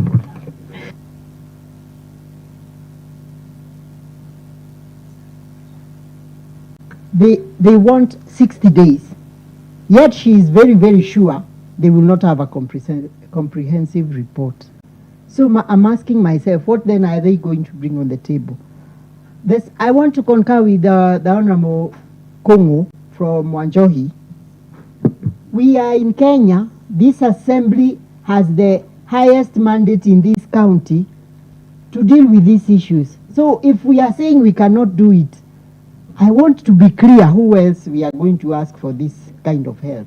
The dam is there, it is known. And I know the majority leader maybe has a clue of where the dam disappeared to. He may be and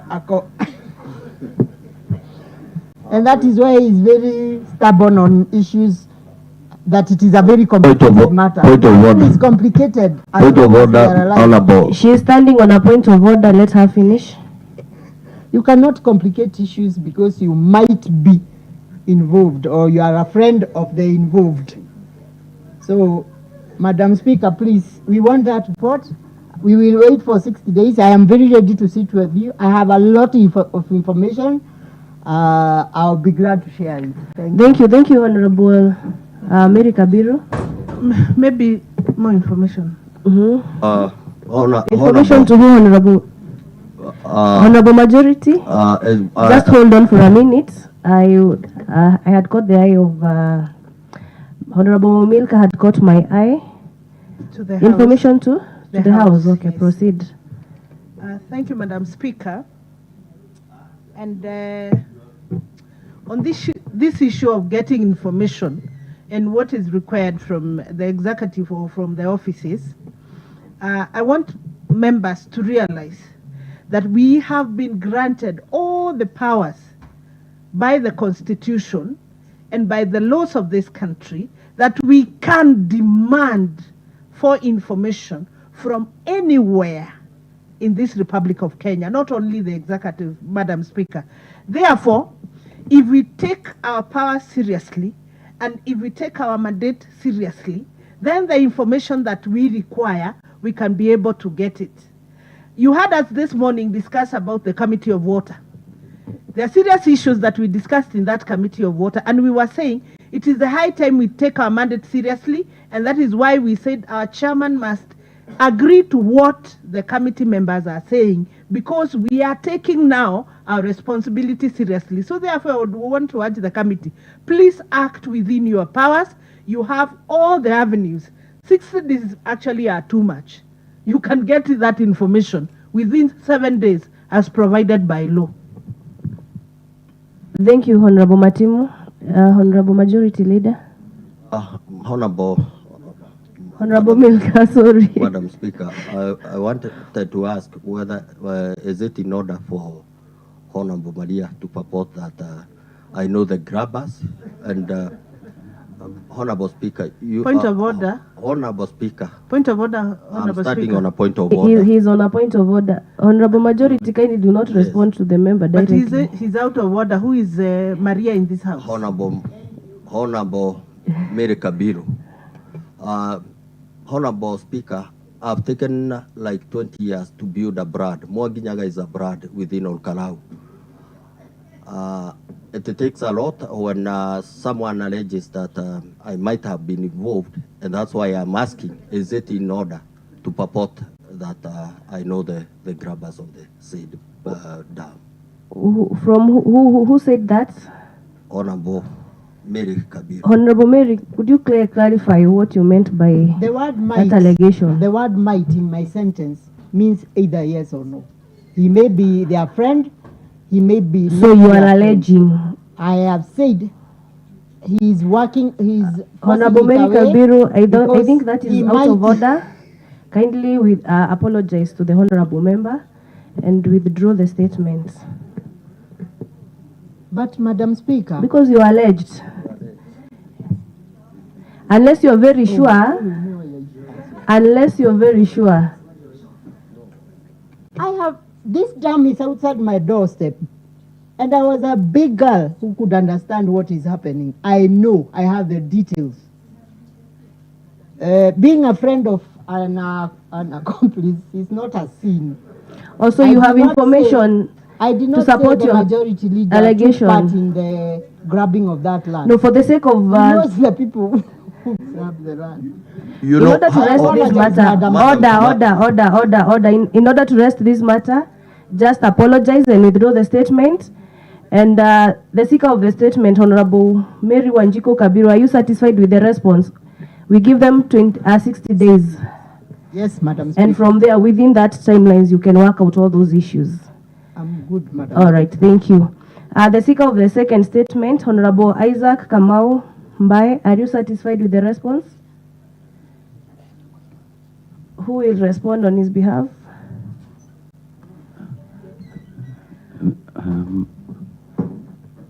Madam Speaker, Honorable Mbaye is not in the house. All right. So thank you.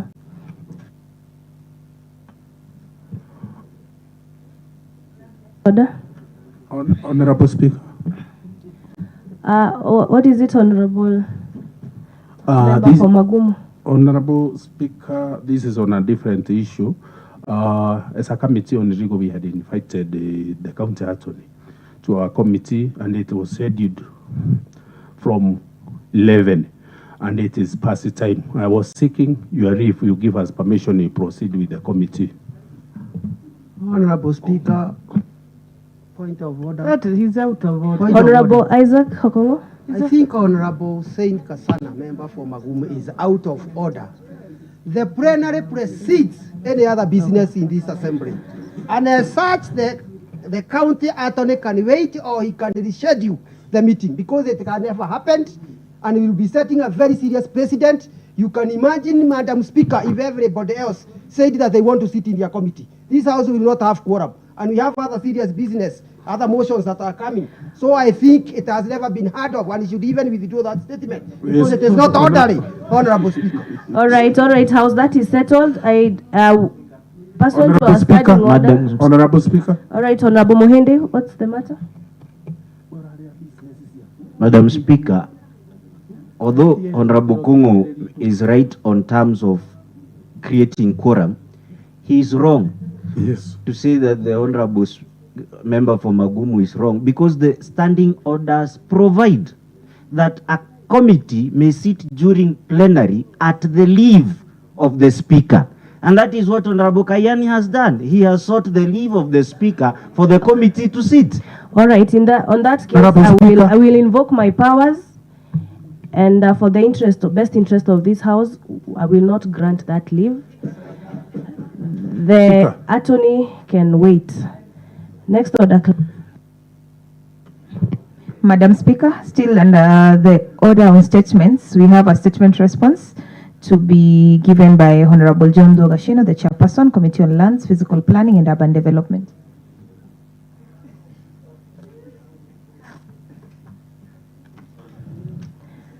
Kindly proceed.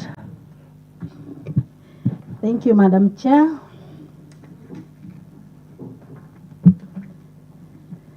Madam Speaker, in August 2024, Honorable James Keiro Gachomba, member of the County Assembly for Jabini Kibur Ward, raised concerns regarding the status of the implementation of the physical and land use development plans for Mairenya and Iginia municipalities, as well as the surveying of colonial dams in Nyandarua County.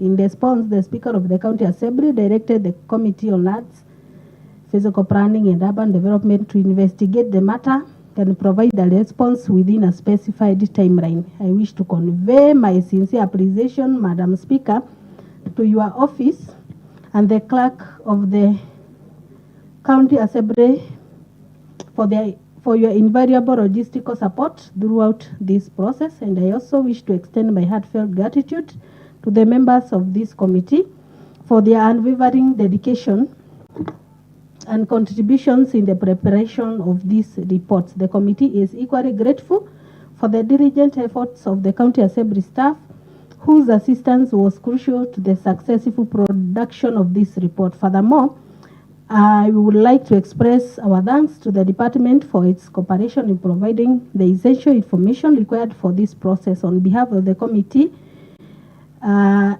wish to present this report to the House.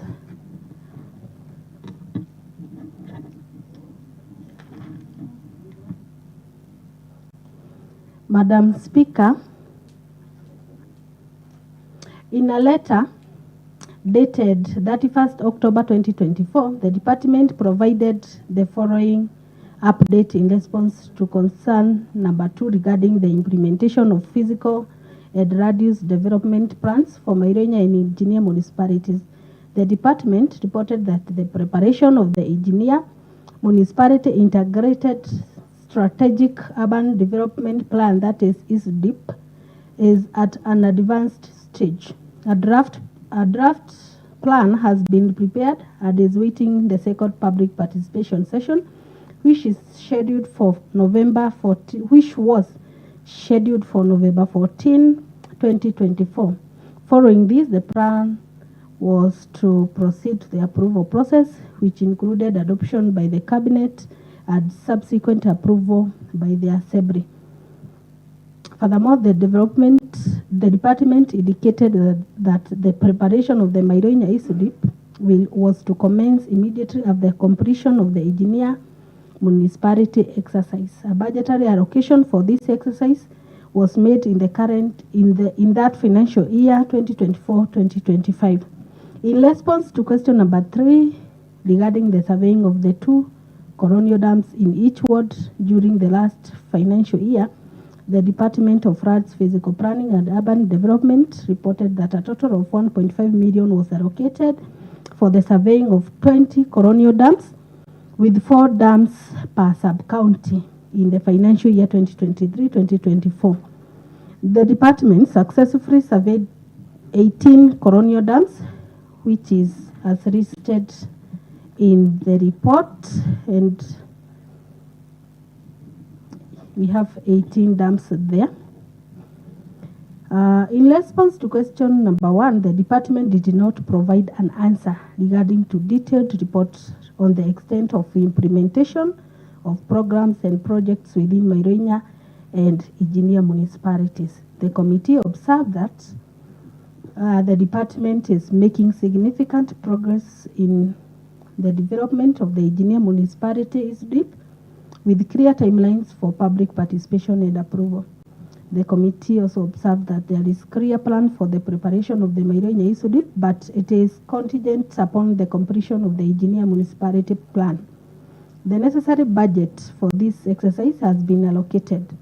The committee further observed that the department has made substantial progress in surveying the colonial dams, although it did not meet the target of surveying 20 dams, having surveyed 18, so there is a raise of 2 dams.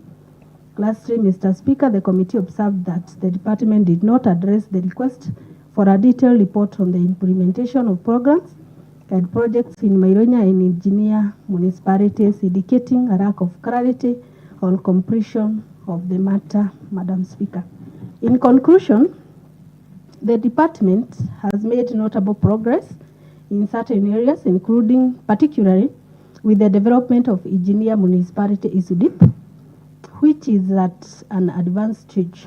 The preparation of the Mairenya ISDIP is also on track, contingent upon the completion of the engineer municipality plan. Furthermore, the department has successfully surveyed 18 out of the targeted 20 colonial dams, though it fell short of its goal. However, A significant gap remains with regards to the implementation of programs and projects within the Maironya and Engineer municipalities, as the department failed to provide the requested detailed report on this matter. Moving forward, it is crucial that the department addresses this gap and provides the necessary information to ensure transparency and accountability in the implementation of these projects. Thank you, Madam Speaker. Thank you, Honorable Esther. The response report is duly tabled and read.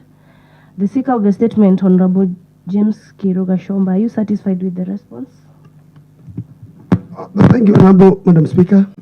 Madam Speaker, I'm quite saddened by the report that has been forwarded by the Committee on Land, Physical Planning and Urban Development.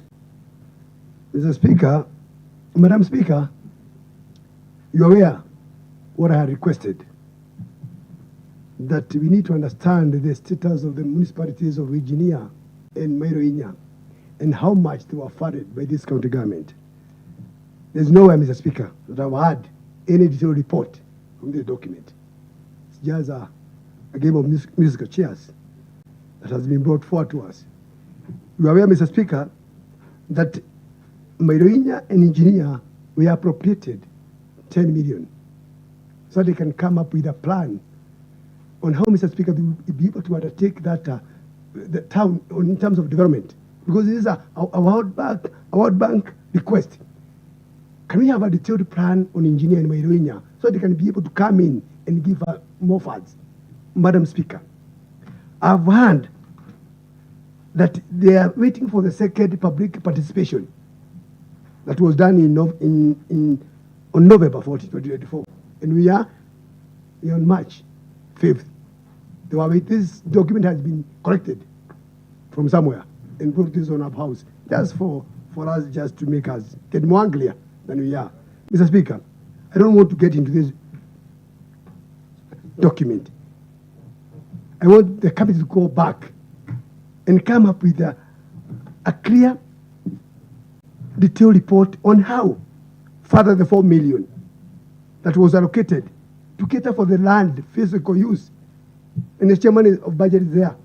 Mr. Chairman, we can't be able to, and we cannot sit down as a budget committee and we appropriate funds to go out and come up with a plan that will be able to encourage the donor to come over and help us in terms of developing our newly established municipalities and cities. Mr. Speaker, Madam Speaker, I'm not happy. I want the committee to get back to its drawing board. They come up with a report. This is not a report. It's just as a sheet of paper that has been put for this honorable house. I can't even comment on it because it's not a report. This is a game of musical chairs, Madam Speaker. Thank you, Mr. Speaker. Thank you, Honorable Gashomba. Honorable Milka had stood way before. She caught my eye. Thank you, Madam Speaker. And I'm rising, being one of the members from one of the municipalities. And in fact, I've gone through the report, and I want to agree with the seeker of the motion somehow that the committee did not provide the information that was sought. Mr. Speaker, from the statement, and I will read it verbatimly as they have written. Mr. Speaker, sir, in response to question number 1, the department did not provide any answer regarding a detailed report on extent of implementation of progress and project within Mairoinya and Engineer municipality. Note that. In their conclusion, I also read it verbatimly. Lastly, Mr. Speaker, sir, the committee observed that the department did not address the request for a detailed report on the implementation of program and projects in Mairoinya and Engineer municipality, indicating a lack of clarity or completion on this matter, Mr. Speaker, sir. Mr. Speaker, sir, from Madam, from what I've heard, Madam Speaker, from what I've heard and what I've read, seriously, the committee have not taken their mandate seriously. Because you report that the department did not provide information. Then, what did you do about it? The committee ought to have told us that after not obtaining this information, what steps did the committee take? Or what is the way forward? Because now they have tabled a report. What is the way forward? Do we sit and say the department did provide the information and we sit? The information that we much need, especially Honorable Ajiro, who is a member of Kirita Ward, where Maironya municipality sits. I need clear information on how much has been spent on the process, on what projects are they planning for Maironya municipality, on how far are we with the plans in Maironya municipality, so that when I speak to my people, I'm able to give clear information and clear plans on what is happening. So therefore, Madam Speaker, I would urge the committee, in your own writing, you have said that the department did not provide information. I think you should go back to the same department and invoke your powers and demand for that information. Because as a people, we need that information so that we can be able to address the serious issues that are affecting our area. So, Madam Speaker, with your indulgence, kindly request the committee to go back and get the required information. Because the importance of the statements in this House is to give us information so that we are able to do our oversight, our legislative and representation role properly. So when a statement provides inadequate information, then it means that we as the members of the County Assembly are not able to perform our roles effectively. So can they help us serve and do our roles well? Thank you. Thank you, Honorable Wanjiro. Honorable Mohende. Thank you, Madam Speaker. I appreciate the Lands Committee and appreciate they are trying to work within timelines to ensure they report to the House. But I would agree with the members who have spoken before me that honestly this report is inconclusive. If you look at the response to the third question, the committee says the department successfully surveyed the following 18 dams. When you say you have successfully surveyed, Madam Speaker, and you can see how the committee takes its business seriously, now the Vice Chair is engaging in other businesses. When you say you have successfully surveyed, there are many types of surveys. Maybe what they did, I don't know the scientific name for it, they did the eye survey. They went and looked at the dam. They said this is Kwangara, it is from here to there, and then they said that one is, and they used 1.5 million. Because, Madam Speaker, they should now give us, where are the maps? How land has been encroached upon? Where are the encumbrances? Where are the rights? What is happening on that specific dam? Who are the owners? Are we saying, like now we are dealing with an issue. You may find that one of those dams is the one that is being told about in Rurie. I've seen they have indicated X-Major. X-Major is a dam that can help the people of Rurie and the people of Weru to do a lot with irrigation. But what will you gain from here? They have even said they have established a dam. The Department of Lands in Nyandarua has been able to establish 2 dams. Nyandarua Olkalau South 165, Nyandarua Olkalau South C83 and 986. They have established dams using 1.5 million. It was just something that was written right to them, that Committee for Lands. Madam Speaker, you should reject this in totality, send the committee back to work and answer this question seriously. Thank you for your views, Honorable Mohende. Any other comment? Where is the Vice Chair? And do we have a member of the committee? Honorable Ibra. Thank you, Madam Speaker. Honorable Ibra, are you a member of the committee? Yes, Madam Speaker, I'm a member. You have listened to the concerns and you've noted. And in regards to the views from the members, it's in order to bring a comprehensive report in this House. I'm of few with other members we may be granted more time to enlist the report with the relevant details requested so that we are able now to comprehensively finalize with this issue. How much more time? Madam Speaker, just give us 45 days. 45 days are granted.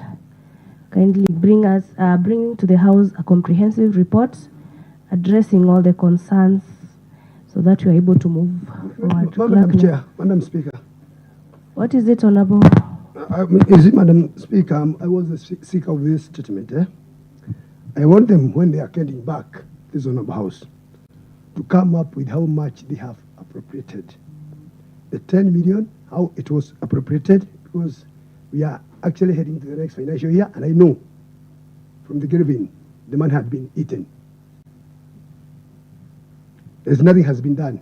There was no public participation. So, Honorable Gashomba, you want them to come with evidence of how the money has been That's eaten? why I'm telling them, when they are coming back with their report, the days that have been allocated to them, and also the 4 million.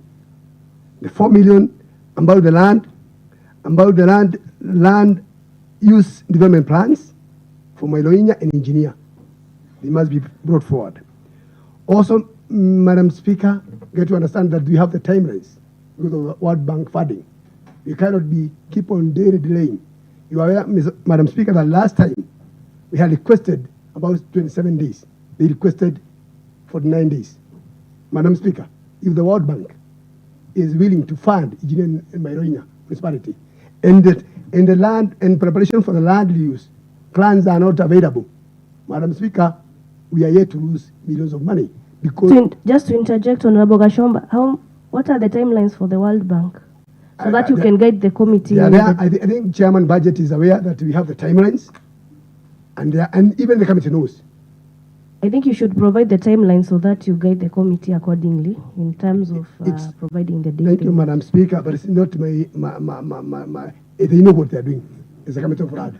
I'm there to advise them. Let them do. So that means you're okay with the 45 days they sought. You know, that is the clarity. I want to give you the best. Madam Speaker, deal. I'm trying to help them. Let them be given 2 weeks only to come up with this report, so that you can be able, Mr. Speaker, to furnish the World Bank with a report. You are aware, Madam Speaker, last month, the World Bank was at Guinea. They were presented with no RAD plans. You are aware of that. They know it. So, Madam Speaker, we are not just talking. We are saying that we are about to lose millions of money for the World Bank. Thank you, Madam Speaker. So the days changes, Honorable Wanjiru, just hold a bit. So the days changes. You are contesting the 45 days to 14 days because 2 weeks is 14 days. That is what you're, Honorable Gashomba, that is what you're comfortable with? Yes, 2 weeks. 2 weeks. Yeah. The Vice Chair, you're back. 2 weeks, is 2 weeks, 2 weeks enough for you, for the committee to dispense with these concerns? On a point of information to the House and to the Vice Chair. Go ahead, Honorable Ibra. Maybe before the member says something, because I want to add something seriously so that they put it into consideration. Maybe I wanted just to clarify. Hold on a bit because you're a member of the committee, for Honorable Wanjiru to give her input. On the issue of the survey of dams, it is very critical that they also provide information whether the dams have title deeds. Because as we talk about FLOCA programs, there are dams that will be distilled, there are dams that will be fenced, but the money will not, the programs will not be implemented if they do not have the title deeds. So therefore, it is important when they are reporting back to the House in 14 days to also say whether they have obtained the title deeds for the dams so that we are able to give the donors, to show the donors that we are ready to receive the donations that they are giving to the people. And that's quite in order. Honorable Ibra, go ahead. Madam Speaker, I was raising before my Vice Chair give the further direction, just to notify her that, well, she was out. We had already sought for 45 days to enrich this report. In regards to the seeker, Honorable Gashomba, you see, the information they are requesting require a lot of time because we have even to visit the projects, the dams, and that's why we are sorting 45 days for that. And for this report, it's not in regards to the compliance with World Bank. This is only for the purpose of this house and for further action. So this was an information to Vice Chair. Honorable, thank you. Honorable Ibra, Honorable Vice Chair, Honorable Esther. Thank you, Honorable Ibra, for holding brief for me.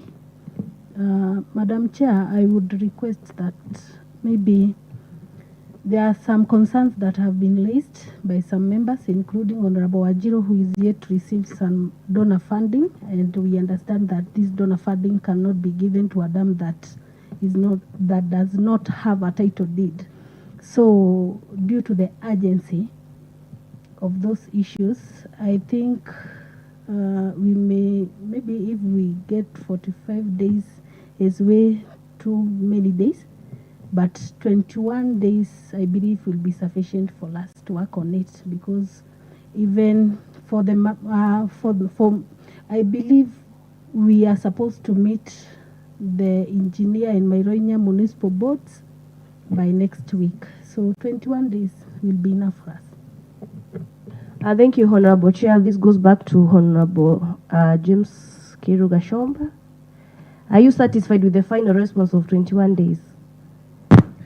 You see, Madam Speaker, the only worry that I have is that if you get the basin tracker the last year, the chairman had requested only 28 days. I had requested 14 days. The chairman requested to about 28 days. And all that time frame that has taken over. But I agree, if you'll be able to come up with that report conclusively with how much the funds had been appropriated, Madam Speaker, I'd be very much happy. So I agree, they be granted the 21 days. Thank you, Madam Speaker. Well, that is settled. Next order, clerk. Order number 8, motions and bills. Madam Speaker, we have a procedural motion to be moved by Honorable Isaac Kongwanjiro, the Chairperson, Committee on Budget and Appropriations. Very well, Honorable Isaac Kongwanjiro, the Chairperson, Budget and Appropriations Committee. Proceed. Honorable Speaker, I want to move a procedural motion that pursuant to Study 236, the motion that the House does adopt the report of the Budget and Appropriation Committee on the approval of the budget adjustment as requested by the County Treasury as a report of the House and the recommendation therein as a resolution of this House. I wanted to be exempted from the requirement of the Standing Order 50, subsection 5B, that require notice of motion be given at least 1 day before the motion appears on the order paper. Honorable members, this report was supposed to be tabled yesterday afternoon, but there was a hitch of quorum. And Honorable Speaker, it's a brief report. It's a brief report that I know the members can be able to read it right away. It's a few-page report, and we can be able to discuss it and approve. Because if we don't do it today, it will go to next week. And if it goes to next week, we will have delayed the Treasury on this matter because we want them to take a different route so that they can be able to resolve an issue that they have instead of waiting for the Assembly to make a determination. And I think the committee has already made a determination of the matter. So I request this House just to allow us to proceed and to allow us now to forego the procedural motion under Section 55B. The motion is duly moved. And I call upon Honorable Gashomba to second. Honorable Gashomba. Thank you, Madam Speaker. I beg to second. Thank you, Honorable Gashomba. I propose the question, which is that this House does adopt the report of the Budget and Appropriations Committee on the request by the County Executive Committee member for Finance on budgetary adjustments under Section 135 of the Public Finance Management Act 2012 as a report of the House and the recommendations therein as the resolutions of the House.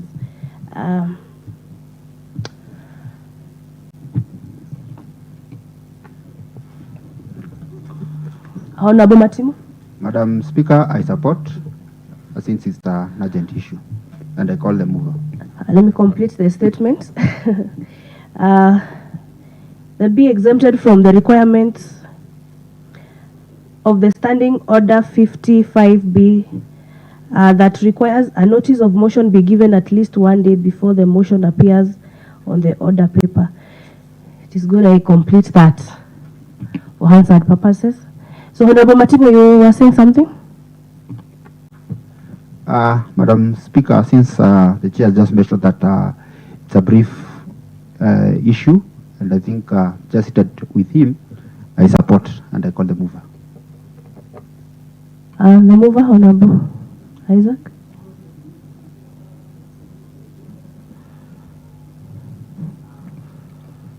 Madam Speaker, I think you put the question because there is no discussion. The members have accepted that we go on and I move the report.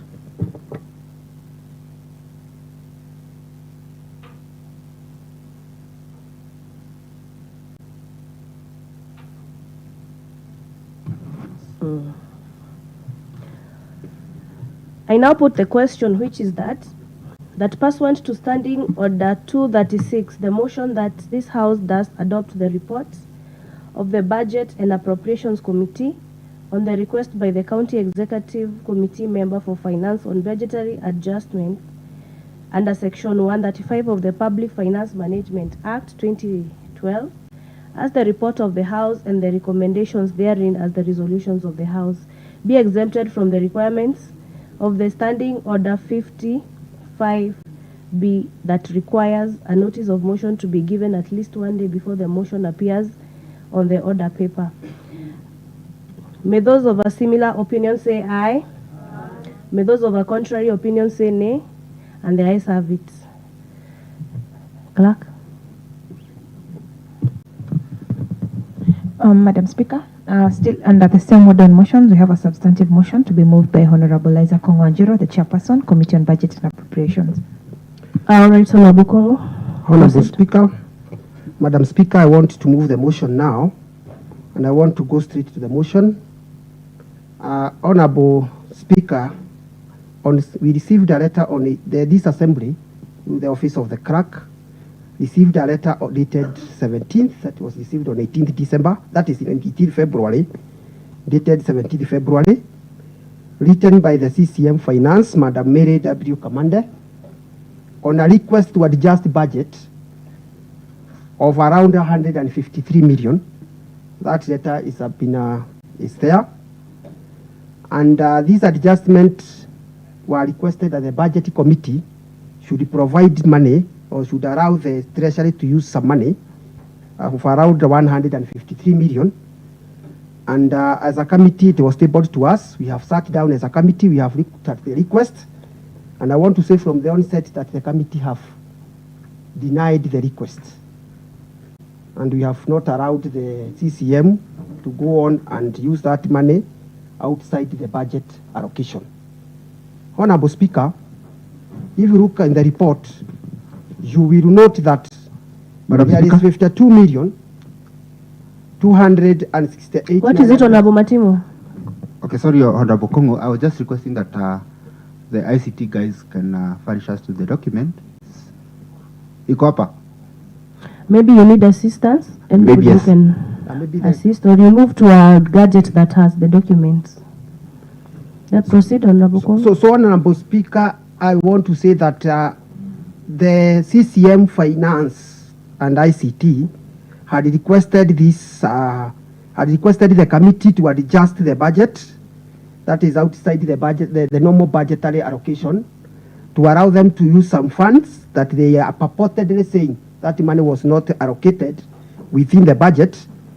And Honorable Speaker, it is good to note that she is using Section 135 of PFMA Act, which provides that the county government may spend money that has not been appropriated if the amount appropriated for any purpose under the Appropriation Act is insufficient, or a need has arisen for expenditure for purpose for which no amount was appropriated by the Act, or money has been withdrawn from the county government emergency fund. Those are the three conditions in that section. Money that was not provided for, there was insufficient, or money for emergency. Honorable Speaker, In addition, it's also good to know that the county government shall submit supplementary budget in support of additional expenditure for the authority of spending undertaken under section. Essentially, what happens for the House to note is that if there is an emergency issue of money that was not appropriated, the CCM finance is allowed under section 135 of PFMA Act to request the COB and this assembly to use money, and then during the supplementary budget, that money can be regularized. Essentially, that is what the PFMA Act section 135 allows. And that is a section we use when we are dealing with emergency. If you look at the budget, we allocate money in a lump sum within the budget, within the emergency. For example, in the current budget, we have allocated 55 million, but we have not itemized. Essentially, we give the Treasury the power through section 135, whenever there is an emergency, to use that money by within 60 days to table a report to this House through the committee emergency fund for regularization and for authorization. Now, Honorable Speaker, it is good to note that they have gone further now to bring, or to use that section to bring other issues to this assembly, to ask the committee to allow them to use around 153 million in a purported way to state that this money was not allocated. And Honorable Speaker, I want to take this House through each and every request, because mostly are donor funds, with an exemption of one where they expect us to allocate, to allow them to use 20 million to pay electricity bills. The other one is grants from the donors, but it is only the one. If you look at the report, you realize that there is 52 million from FROCA, another 11, that is development. Which page are you referring to? I am in page 2. At the very beginning, you realize that the request state they be given 52 million for FROCA, that is development. There is another 11 million from FROCA, that is the current expenditure. There is another 67 million, that is KISIP, at the World Bank, Kenya Informal Settlement Program. There is another 20 million from KPLC, that is the money from energy, that is the money they are requesting to pay. They pay 20 million, money that was not provided in the budget. And then there is from KISIP again, emergency fund of 1.5 million.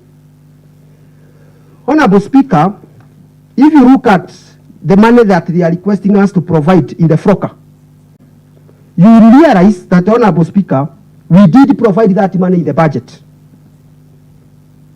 Currently, there is 136 million that we did provide in FROCA. We have 32 million, which is county contribution, and we have the rest that was being provided by the donor. So all that money for FROCA and for KISIP has been provided in the budget. And there is not even a requirement for us to provide for it. The money is there in the special purpose account. And the only money that they are looking for now for us to, they can be able to use that money, is the money that was not released by the June 31st. That is by June 30th last year, because it is not currently in our budget. Honorable Speaker, there is no emergency as much as that far is concerned. Honorable Speaker, we will do that within the supplementary budget. There is no hurry. It is only that the executive want to delay the supplementary budget, to bring the supplementary budget into this House. Honorable Speaker, we don't just receive a letter, a single letter, stating that we want you to do this. We need a documentation to show us from the donor that they have been given a calendar time frame that they should use this money up to this time, of which the CCM did not provide. They just requested, we want to use money in FROCA. Essentially, the CCM should be providing a supplementary budget to this assembly so that we can put that money within the supplementary budget and they can go on with whatever they are doing within that program. But we cannot allow the member of the Treasury, that is the CCM, to use money outside the budget and continue delaying the issue of supplementary budget. When it comes to the money that they are requesting for energy, 20 million, we agree there is bill. But we provided 25 million in the current budget for power. We understandably understand there is a bill of 56 million in this county that has not been paid to Kenya Power and Lighting Company. But then the question begs, how did we accumulate this bill? We have no problem by appropriating that money. Number one, how did we accumulate the bill of 56 million? We need an explanation. We need to know the money that we have been providing year after year for paying this bill, where has it been going? How comes this year there is a radical shoot when it comes to the electrical bill? So we need a further explanation. Number three, Madam Speaker, as a committee, we want to know where this money is coming from. You don't just tell us appropriate 20 million to pay Kenya Power and Lighting Company. Where is this money coming from? We have already done the budget. Come and explain to us and tell us we intend to take this money from this budgetary line and we want it to go to power so that when it comes to supplementary budget, you will regularize. But that has not been done to us. What if we are committing this house for the executive to go and withdraw money from development, from a certain ward, or even from this county assembly, and go and pay power? And when the supplementary budget comes here, they tell us you are already committed. You gave us the permission to withdraw the recurrent of this assembly to go and pay power. How will we be able to exonerate ourselves because there was no explanation of where the money is coming from so that we can go and pay? So we agree there is a need to pay the bills. But then we also agree that if we need to sort out this problem, we need a conclusive approach on this matter by bringing the first supplementary budget in this assembly. Remember, Honorable Speaker, we have been having the issues of CARA within this financial year. Majority of the county governments in this country have already done their first supplementary budget. But we don't understand why the executive is delaying the supplementary budget and it is going through the section 135 of PFMA Act to try and do some things so that they can continue delaying the supplementary budget, of which the members of this county assembly understand that initially we even stated that the procurement will only be done for 15 million for development per ward. What will happen to the rest? So the committee reasonably agreed. If the CCM want to bring the supplementary budget tomorrow, she can do that. The law allows the CCM to do as many supplementary budget as possible. There is a time in the past we have done even 4 in this house. So if there are urgent matters, she can bring the first supplementary budget. If in the future there will be need another supplementary budget, it will be brought in this house and we will be able to pass it.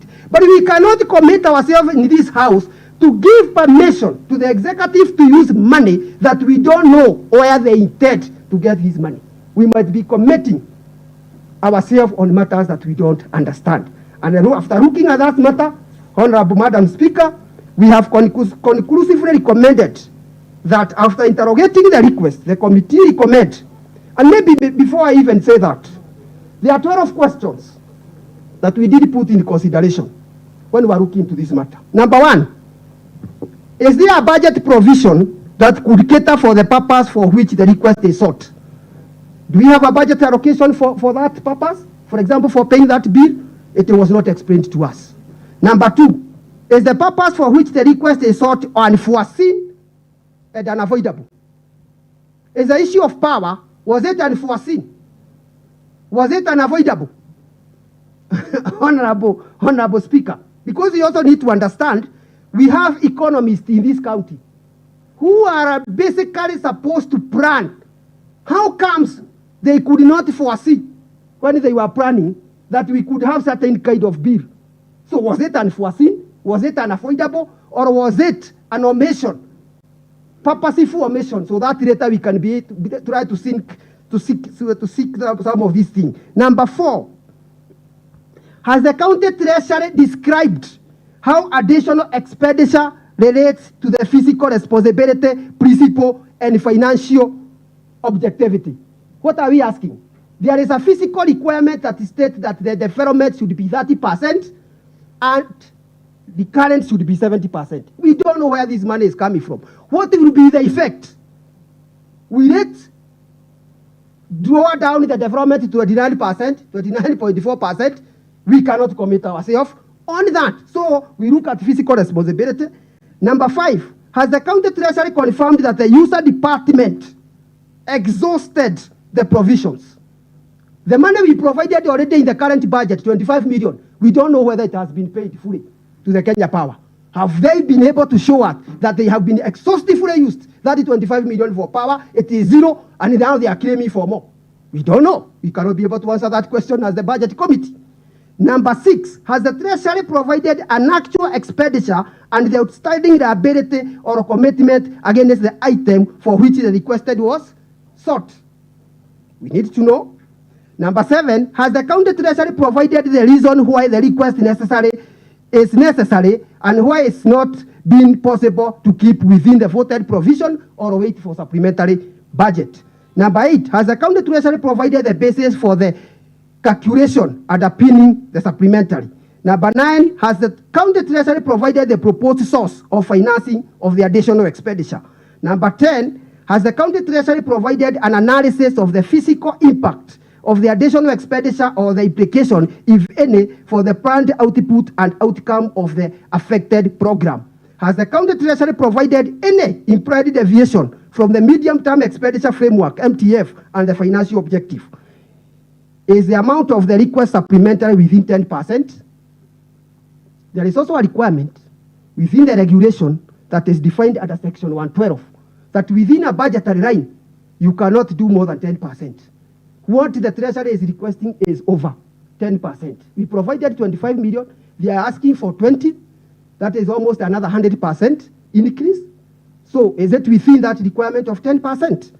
Finally, Honorable Speaker, having interrogated the request, the committee recommended that the county treasury does provide the requisite information as provided under section 135 of the PFMA 2012 and attended regulation 39. And if possible, we recommend that they bring the first supplementary budget. In conclusion, Honorable Speaker, to the above criteria, the committee observed that the county treasury provided insufficient information and that does not meet the threshold for the approval of the request, including failing to provide the proposed sources of financing of the additional expenditure among the inadequacies. I therefore implore this House to adopt this report of the Budget and Appropriation Committee on the budget adjustment request. Finally, Honorable Speaker, most of our members have heard the National Assembly complaining that the presidency and the executive at the national level have been using money outside the budget. This is what we are called to set a precedent. Where you go and deviate and use money outside what was appropriated by this House and come later and ask this House to regularize, because they will have no other way. They have nothing to do, they will just have to regularize. What will happen if you open this Pandora box? In the future, this House will come, deny some departments some money. They will come through the back door, through the same provision, because we are setting precedents. They will use the money, and then after using the money, we will have no purpose of appropriating as an assembly. Ours will be regularizing. So we want to seal this loophole and allow them. If the power has been, if the KPLC have been having a lot of serious issues, they can use emergency money. If it is, I think power is emergency. They can use emergency money, come and request the committee on emergency fund to allow them. When we regularize the emergency money, they will allow us to refill the emergency money for other purposes. But we are not going to allow them to use that section because it can be misused today and even in the future. And I call Honorable Bogo to second. Thank you, Honorable Isaac Kongo, for that very spirited and insightful argument. Honorable Mbogo, seconder. Thank you, Madam Speaker. And I know it has already been elaboratively well put by the chair. Madam Speaker, we sat down as a committee because I sit in the committee, and there were some questions we were asking ourselves. When you bring in one leaf of paper, remember budget making is a cycle. We start by creating ADP. That is where government comes up of everything they ought to do in a year. Then later in the cycle of budget making, it is turned into physical strategic paper. Then it is overlooked on what we did in the previous year. Finally, it is itemized. When you tell us to appropriate 153 million in a single paper, written and signed, I think that is not fair. He has said very well on physical responsibility. That is the 30-70 comparison. I remember very well because I sat in the final report when we were itemizing the 2024-2025 budget. It was slightly above 30%, meaning a little bit shift of what we appropriated can sink the county lower than the physical responsibility, that is 30%. Finally, he has reasoned very well. We are increasing the power money by 100%, which can clearly be, we understand that there have been a push and pull. The governor's area has been in blackouts. It is clearly enshrined. They can use supplementary, and the chair has said very well. And then we are going to increase the supplementary, But when you tell us to appropriate 153, if you go to that letter, you are going even to see an amount of 67 million that was not in the budget, that was not mentioned anywhere in the budget, and now clearly it is being requested to be spent. When we are approving the budget, it is expected of the committee to have a clear schedule of what donor money is doing. Now you come in a line statement, and I will read it. Let me read it verbatim, Madam Speaker. You come and clearly say that RADS 67 point something million KISIP funds not appropriated in the financial year 2024-2025. That is, we are talking of 67 million. What is the 67 million doing? Where is the schedule that is explaining the expenditure? Where are the projects in Nyandarua County? So, in simple terms, in as much as we are very fair to the executive and the department itself, if we take this route of approving an expenditure of 20% of the entire year expenditure in one written paper and signed, then we will be wrong in this. So I would urge the members of this sitting to agree with the committee. We don't have any hurry, and the only aspect that is showing urgency is the electricity part of the same, which can clearly be enshrined in the emergency, and we are going to reimburse when that one comes. The others can wait and be appropriated during the supplementary budget, which I understand should have come even earlier. With that saying, I support the report. Thank you, Honorable Bogo, for seconding the report. I propose the question, which is that this House does adopt the report of the Budget and Appropriations Committee on the request by the County Executive Committee member for the Finance and on Budgetary Adjustments under Section 135 of the Public Finance Management Act 2012 as a report of the House and the recommendations therein as the resolutions of the House. Debate.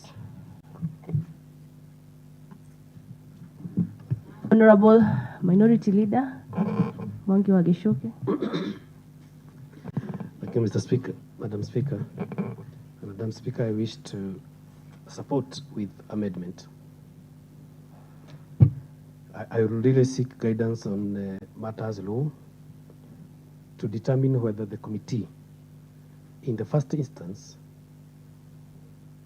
has ability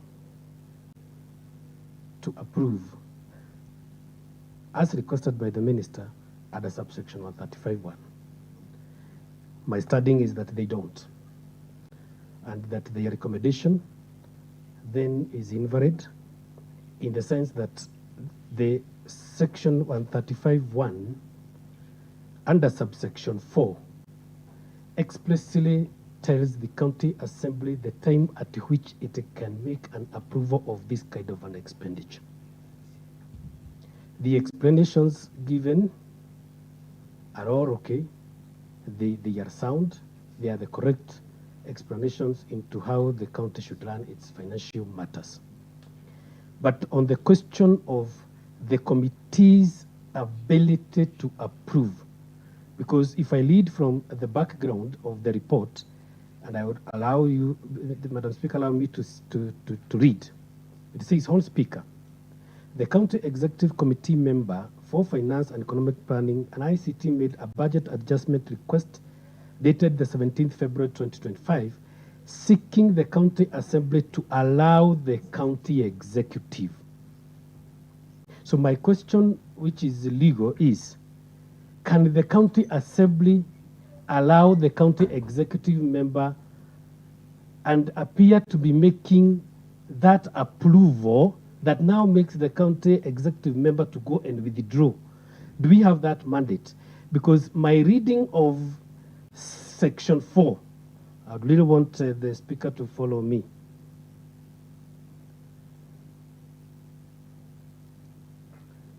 I really want to go together with the Speaker. Go ahead, I'm attentive. I want to read subsection 135, which is the one the CECM has pegged her argument in requesting. It says, a county government may spend money that has not been appropriated if the amount appropriated for any purpose under the County Appropriation Act is insufficient or need arises for the expenditure for the purpose for which no amount has been appropriated by that act or money has been withdrawn from the county government emergency fund. My understanding of this clause is that the county executive can spend by just using this particular 135.1. That 135.4 reads, except as provided by subsection 5, the approval of the County Assembly for any spending under this section. So this section is 135, which has allowed the minister to spend. It is only the Assembly is being asked that it is going to sort, the approval is going to be sought within 2 months after the first withdrawal of the money. So my reading of 4 is, Treasury has identified a need. It has even gone to the level of withdrawing, and that is why the 60 days of asking the Assembly to approve is being recorded as at the time of withdrawal. Point of information, if he allows, and it will guide his Information debate. It will guide his debate. I agree. Information to proceed. I want to give the information on the background of this information so that we can do a very informative debate. And I want to agree almost to every extent of what the minority leader is saying, that this assembly has no mandate or no power to allow the executive to use money according to section 135, as he has put it rightfully. But then I want to give the member a background of how this came up, because we had an advantage of asking more questions, which he did not have. If you look at whatever he is explaining under section 4, that is about the emergency fund. We have provided and appropriated money for emergency. We don't, the minister is given power, the CCM Finance is given power to use that money. They go there and sit and define what is emergency and decide. And then within 60 days, he brings and notifies the House to approve. To that extent, that is how that is applied. But then, they want to use the same section now to use some other money that are not for emergency. And when they requested the controller of budget, actually they did not come to us first. I want to give the background information. The CCM has not just sat in the executive and in the cabinet, and they came to this assembly. They made a requisition. And when it was tabled to the controller of budget, they were told no, because there is a loophole within this law. We cannot allow you. Go back to your assembly, which has the powers to appropriate. And that is the interpretation of the COB. The assembly has the powers to appropriate. They were told, go and seek permission to the assembly, which has the powers to appropriate. When they give you the permission, come to us. We are just telling them, we don't have powers. We only have powers to pass the supplementary budget. Thank you, Madam Speaker. I agree. And thank you so much, because I was just worried how I'm going to say I'm seized of the information because I'm not a member of the committee. I'm completely seized of the information that it is the COB, the Controller of Budget, who made this assertion, because it's an assertion. And that is what I would wish we are able to correct, that the Controller of Budget is wrong in asking the Assembly to do what it cannot be able to do. The reference of emergency fund, as the chair is trying to insinuate, if you plainly read section 135, there is no any particular area of reference to emergency fund. And therefore, there's no way you can purport to say that the explanation under number 4 is explaining the emergency fund, because the usage of emergency fund has clarity. Section 135 is talking of the money which the government can spend. It is not specific on the, and I wish I had the attention of the speaker. So I'll wait for you to finish. And also, Mr. Speaker, I think it is important to also limit the time of a person. Honorable Anjiro, the minority leader has a good couple of minutes to Point of order, Madam Speaker. Point of order. Point of order, Mr. Speaker. So, Madam Speaker, I wish... Madam Speaker, I'm sorry for stopping the Honorable Minority Leader. I'm just looking at the time, and I'm seeing procedurally we need to move for extension so that we... And that is why I need to interrupt the discussion and make this communication. Honorable members, allow me to interrupt the business of this sitting pursuant to the provisions of Standing Order 32(3). This particular order requires the Speaker to interrupt the business of the sitting at 12:30 p.m. and it is 12:30. And the paragraph 7 requires that the Speaker to adjourn the House. I now defer the business under consideration so that it be considered in the afternoon sitting at 2:30 p.m. as required under Standing Order 34. As such, I now adjourn this House until today, Wednesday, the 5th day, March 2025 at 2:30 p.m.